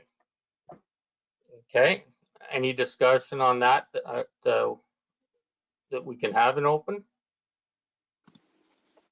See none. It's a bylaw, so it'll be a recorded vote. Lindsay, I'll get you to do that, please. Thank you, Mayor Woodbury. So recorded vote for bylaw 2021-050 tax arrears extension agreement. Deputy Mayor Milne. Nay. Councillor Rice. No. Councillor Shipston. Nope. Councillor Dobreen. No. Councillor Shearson. No. Councillor Frew. No. Mayor Woodbury. Nope. By a vote of 7-0, that is lost. Okay, thank you. 10.4, which is moved by Michael, seconded by Barbara, and that is also a tax arrears extension agreement. If there's anything that anyone needs on the wording of that, but was discussed and closed. Okay, Lindsay, I'll get you to do the vote, please. Thank you, Mayor Woodbury. Recorded vote for bylaw 2021-051 tax arrears extension agreement. Councillor Dobreen. No. Councillor Shearson. No. Councillor Frew. No. Deputy Mayor Milne. Nay. Mayor Woodbury. Nope. Councillor Rice. No. Councillor Shipston. Nope. By a vote of 7-0, that is lost. Okay, thank you, everyone. Next, we can move on to confirming bylaw, moved by Martin, seconded by Jason. Any discussion on the confirming bylaw? Okay, Lindsay. Thank you. So recorded vote for the confirming bylaw. Councillor Rice. Yes. Counselor Shipston, Yes. Mayor Woodbury, Yes? Counselor Shearson, Yes. Deputy Mayor Milne, Yay. Counselor Dobreen, Yes. Counselor Frew, Yes. by a vote of 7 to 0, that's carried. Okay. And we have the one last motion moved by Brian for adjournment. So I don't know if this is another one we'll have to think about for a while. Okay, done. Thanks, everybody. I think we got a lot accomplished, and I think we're heading in the right direction with a lot of things. So thank you very much, and take care. Yeah, everyone take staff. care. Everybody. Sticking Thank it you. all out. Stay All right. safe, guys. Stay safe, guys.